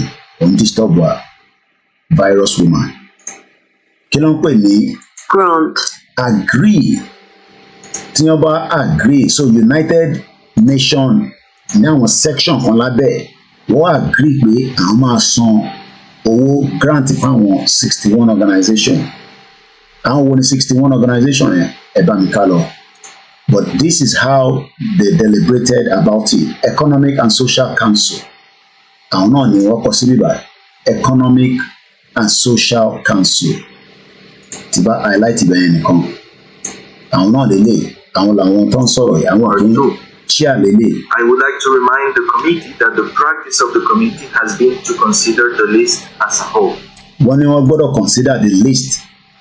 America disagree pẹ̀lú one particular organization kan nígbà tí May wọ́n I bọ̀. take it that the committee wishes to recommend to ECOSOC to close consideration of these applications without prejudice?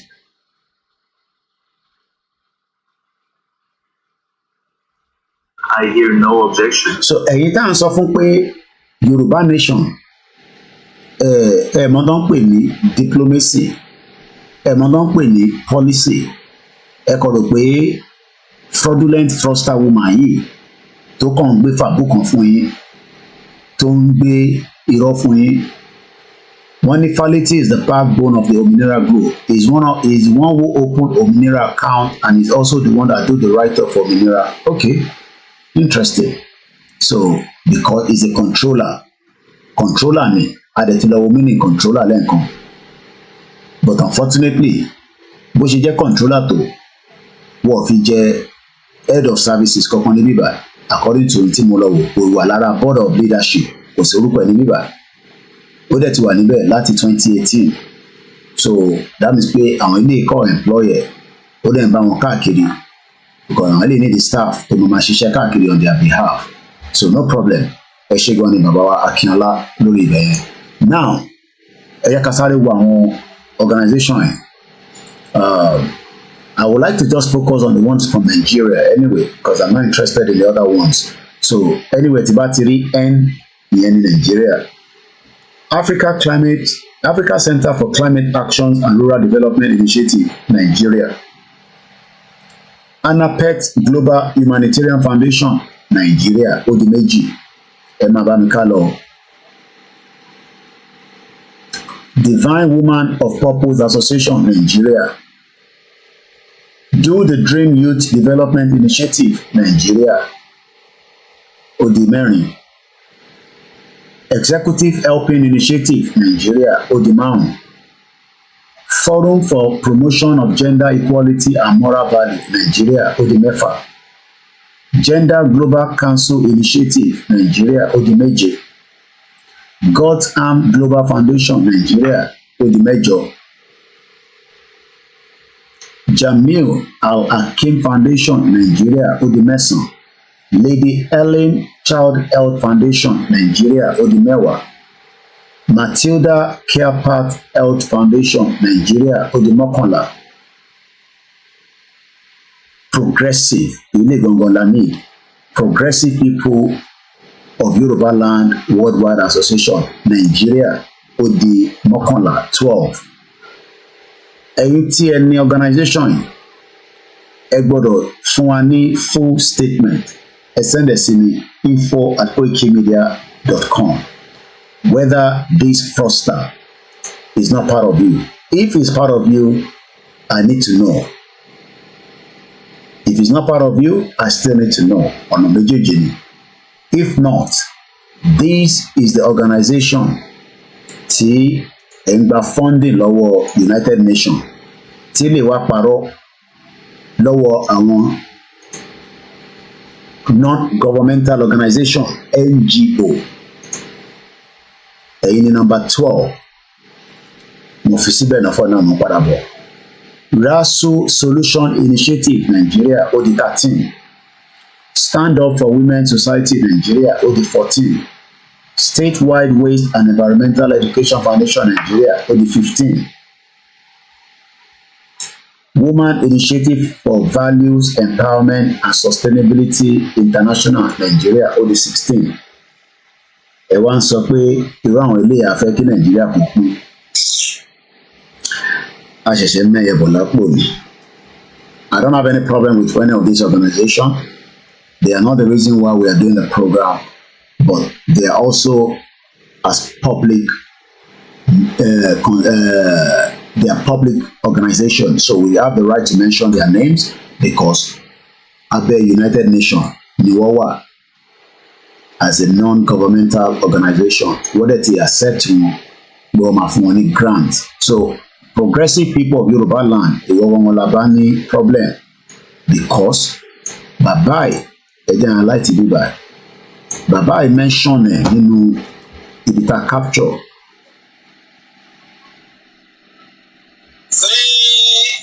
Backdrop tí mo ṣẹ̀ṣẹ̀ introduction tí mo ṣe olùmọ̀ ṣe ṣe àlàyé mo dúpẹ́ púpọ̀ lọ́wọ́ màmá wa pé wọ́n káàbí ẹgbẹ́ èmi ni àwọn fẹ́ rán gẹ́gẹ́ bí ambassador at large láti lọ ṣe aṣojú fún ọmọ Yorùbá òtítọ́ tí mo pè ní Progressive Peoples of Yoruba Land.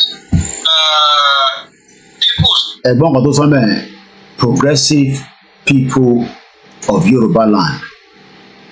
Progressive People of Yoruba Land. Ó wá omiti Worldwide Association. That is why this mo wà wẹ́ẹ̀pọ̀ wà ní ọ́fíìsì wọn Ìbàdàn ló wà.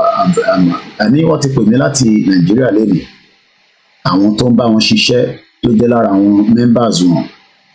Organization yìí tẹ̀ ń rí this particular organization. The link to this organization ẹni tó ní Germany ló wà. Ẹ gbọ́dọ̀ reach out sí Koiki Media. If not, we will continue to pin this fraudster with you on that NGO. And I'm sure you know what that means. I'm not going to mọ̀ ní fi gbogbo ẹnu sọ̀rọ̀ níbí báyìí. But to safeguard your organization for your own interest, you must reach out to Koiki Media. I'm not going to come out and say what we are going to do more. It has taken us few days to get to where we are tonight. Mo ní parí program ní alẹ́ ìparapata. I've done 2 hours. Màá fi sílẹ̀ for now. Part 1 lẹ́sìn kọ́kọ́ gbọ́ ẹ̀. ẹ tí mọ ibi tó ṣì máa já sí ní part 2. Dúpẹ́ mo ní èmi ni máa bá tiẹ̀ jẹ́, èmi ni last man standing ti Yorùbá nation. Bàbá Fálétí díẹ̀ ni mo ṣì kọ̀ọ̀kan ra yín fún yín. I would come back at the part 2. Part 2 yẹn lè má jẹ́ another few more days. I will take another couple of days because iṣẹ́ pọ̀ tá a ṣe ń ṣe campaign tí wàá ń lọ. Ẹ̀fẹ́ kẹfì ti olórí burúkú tí kẹfì disturb gbogbo táwa ń ṣe. So but I'm gonna come back for you and I'm gonna come back with more proof pé àgbàlagbà olórí burúkú ni wọ́n jẹ́. You are a born bastard because tó bá ń ṣe àgbàlagbà tó jẹ́ olórí burúkú, I'm sure kò ti ní grandchildren. Tí àwọn grandchildren ẹ bá ń ṣe irú kan tó ń ṣe, ó yẹ kó kọlù wọn to order. Ní kẹ́ má ṣe tẹ̀ ń ṣe, but máa gbé irọ́ kalẹ̀ pé ẹ ti gba Yorùbá Nation Declaration. Wọ́n bí ìjìnlẹ̀ dá kó ṣe presentation tí mo ṣe lálẹ́ number 1. Wálé Àdé ò lè ṣe because irọ́ ló ń pa fún yín. Wọ́n kàn jáde ẹ̀ á ti declare kí gbogbo wa jáde ká ní ọmọ ajó ká máa yọ̀. And at the end of the day, that is why we are saying to ọmọ Yorùbá, ohun èmi pé kí Yorùbá Nation ti wá lálẹ́. But like I said, let me come back here and ẹ rí i pé when you see United Nations, kò ń ṣe United Nations ló fún yàn nílùú. And I can tell you that journalist yìí ò gbà sí gidi fún America. Ẹ jẹ́ ká gbọ́ díẹ̀ nípa pé ta ló blow Nord Stream pipeline. Ṣẹ́rí ọ̀rọ̀ Yorùbá Nation, we must exhaust everything we have tó bá tẹ̀ máa di gbàgbós. And part of that is what we are still doing. The world knows the truth, but they're not going to tell you the truth. Ta ló blow Nord Stream pipeline? Ẹ jẹ́ ká gbọ́n tí Jimmy Dore tó sọ. It is so decided. I now give the floor to Mr. Jimmy Dore. Now, mo fẹ́ kẹ́ wo bó ṣe gbé bíbá ìgbà ní sí. Now, this is what we say that this is where the deliberation goes in. Ṣẹlẹ̀ fi bẹ́ẹ̀ compare ibi tó lórí burúkú bàbá born bastard tó pè é ní Fálétí, bàbá tí ó yẹ kójú tí ó yẹ gbé ní Amẹ́ríkà, ẹni understanding bí kan ṣe ń work based on education level yín, ẹ dẹ̀ lè jáde sọ fún gbogbo ọmọ Yorùbá pé ẹ̀yin lọ sí United Nations tó ń pè ní General Assembly. Nínú presentation yìí tí mo lè play 75th kìíní lẹ lọ fún tó ń pè ní òun lélẹ̀ ìtẹ̀lọ fún lélẹ̀. Why are you telling lies?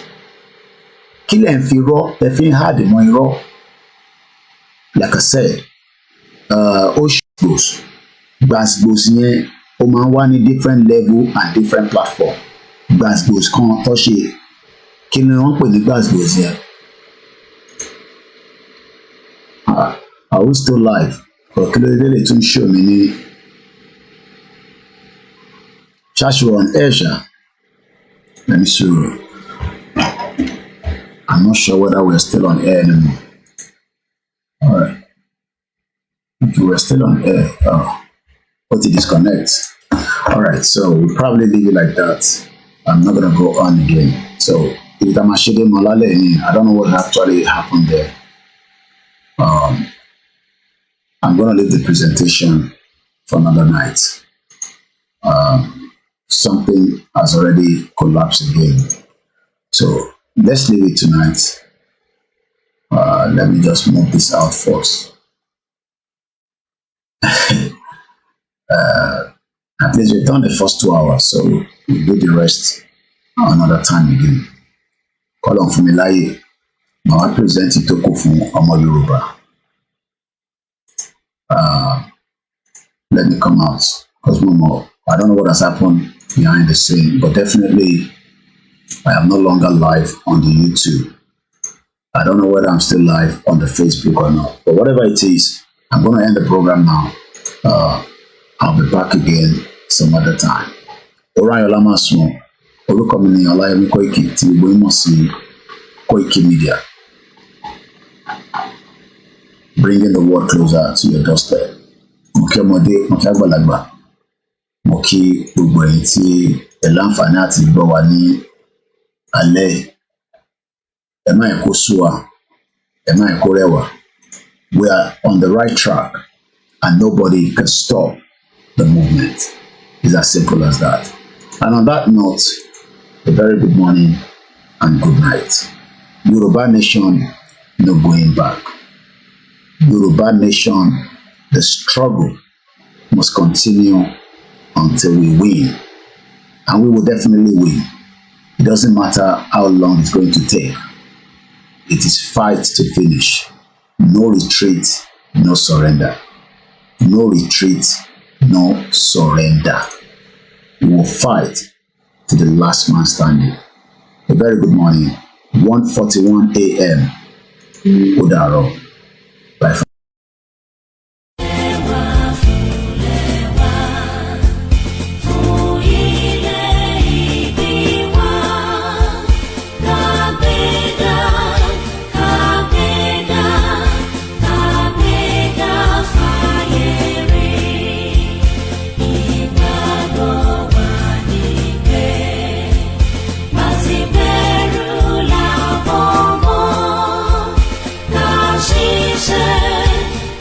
She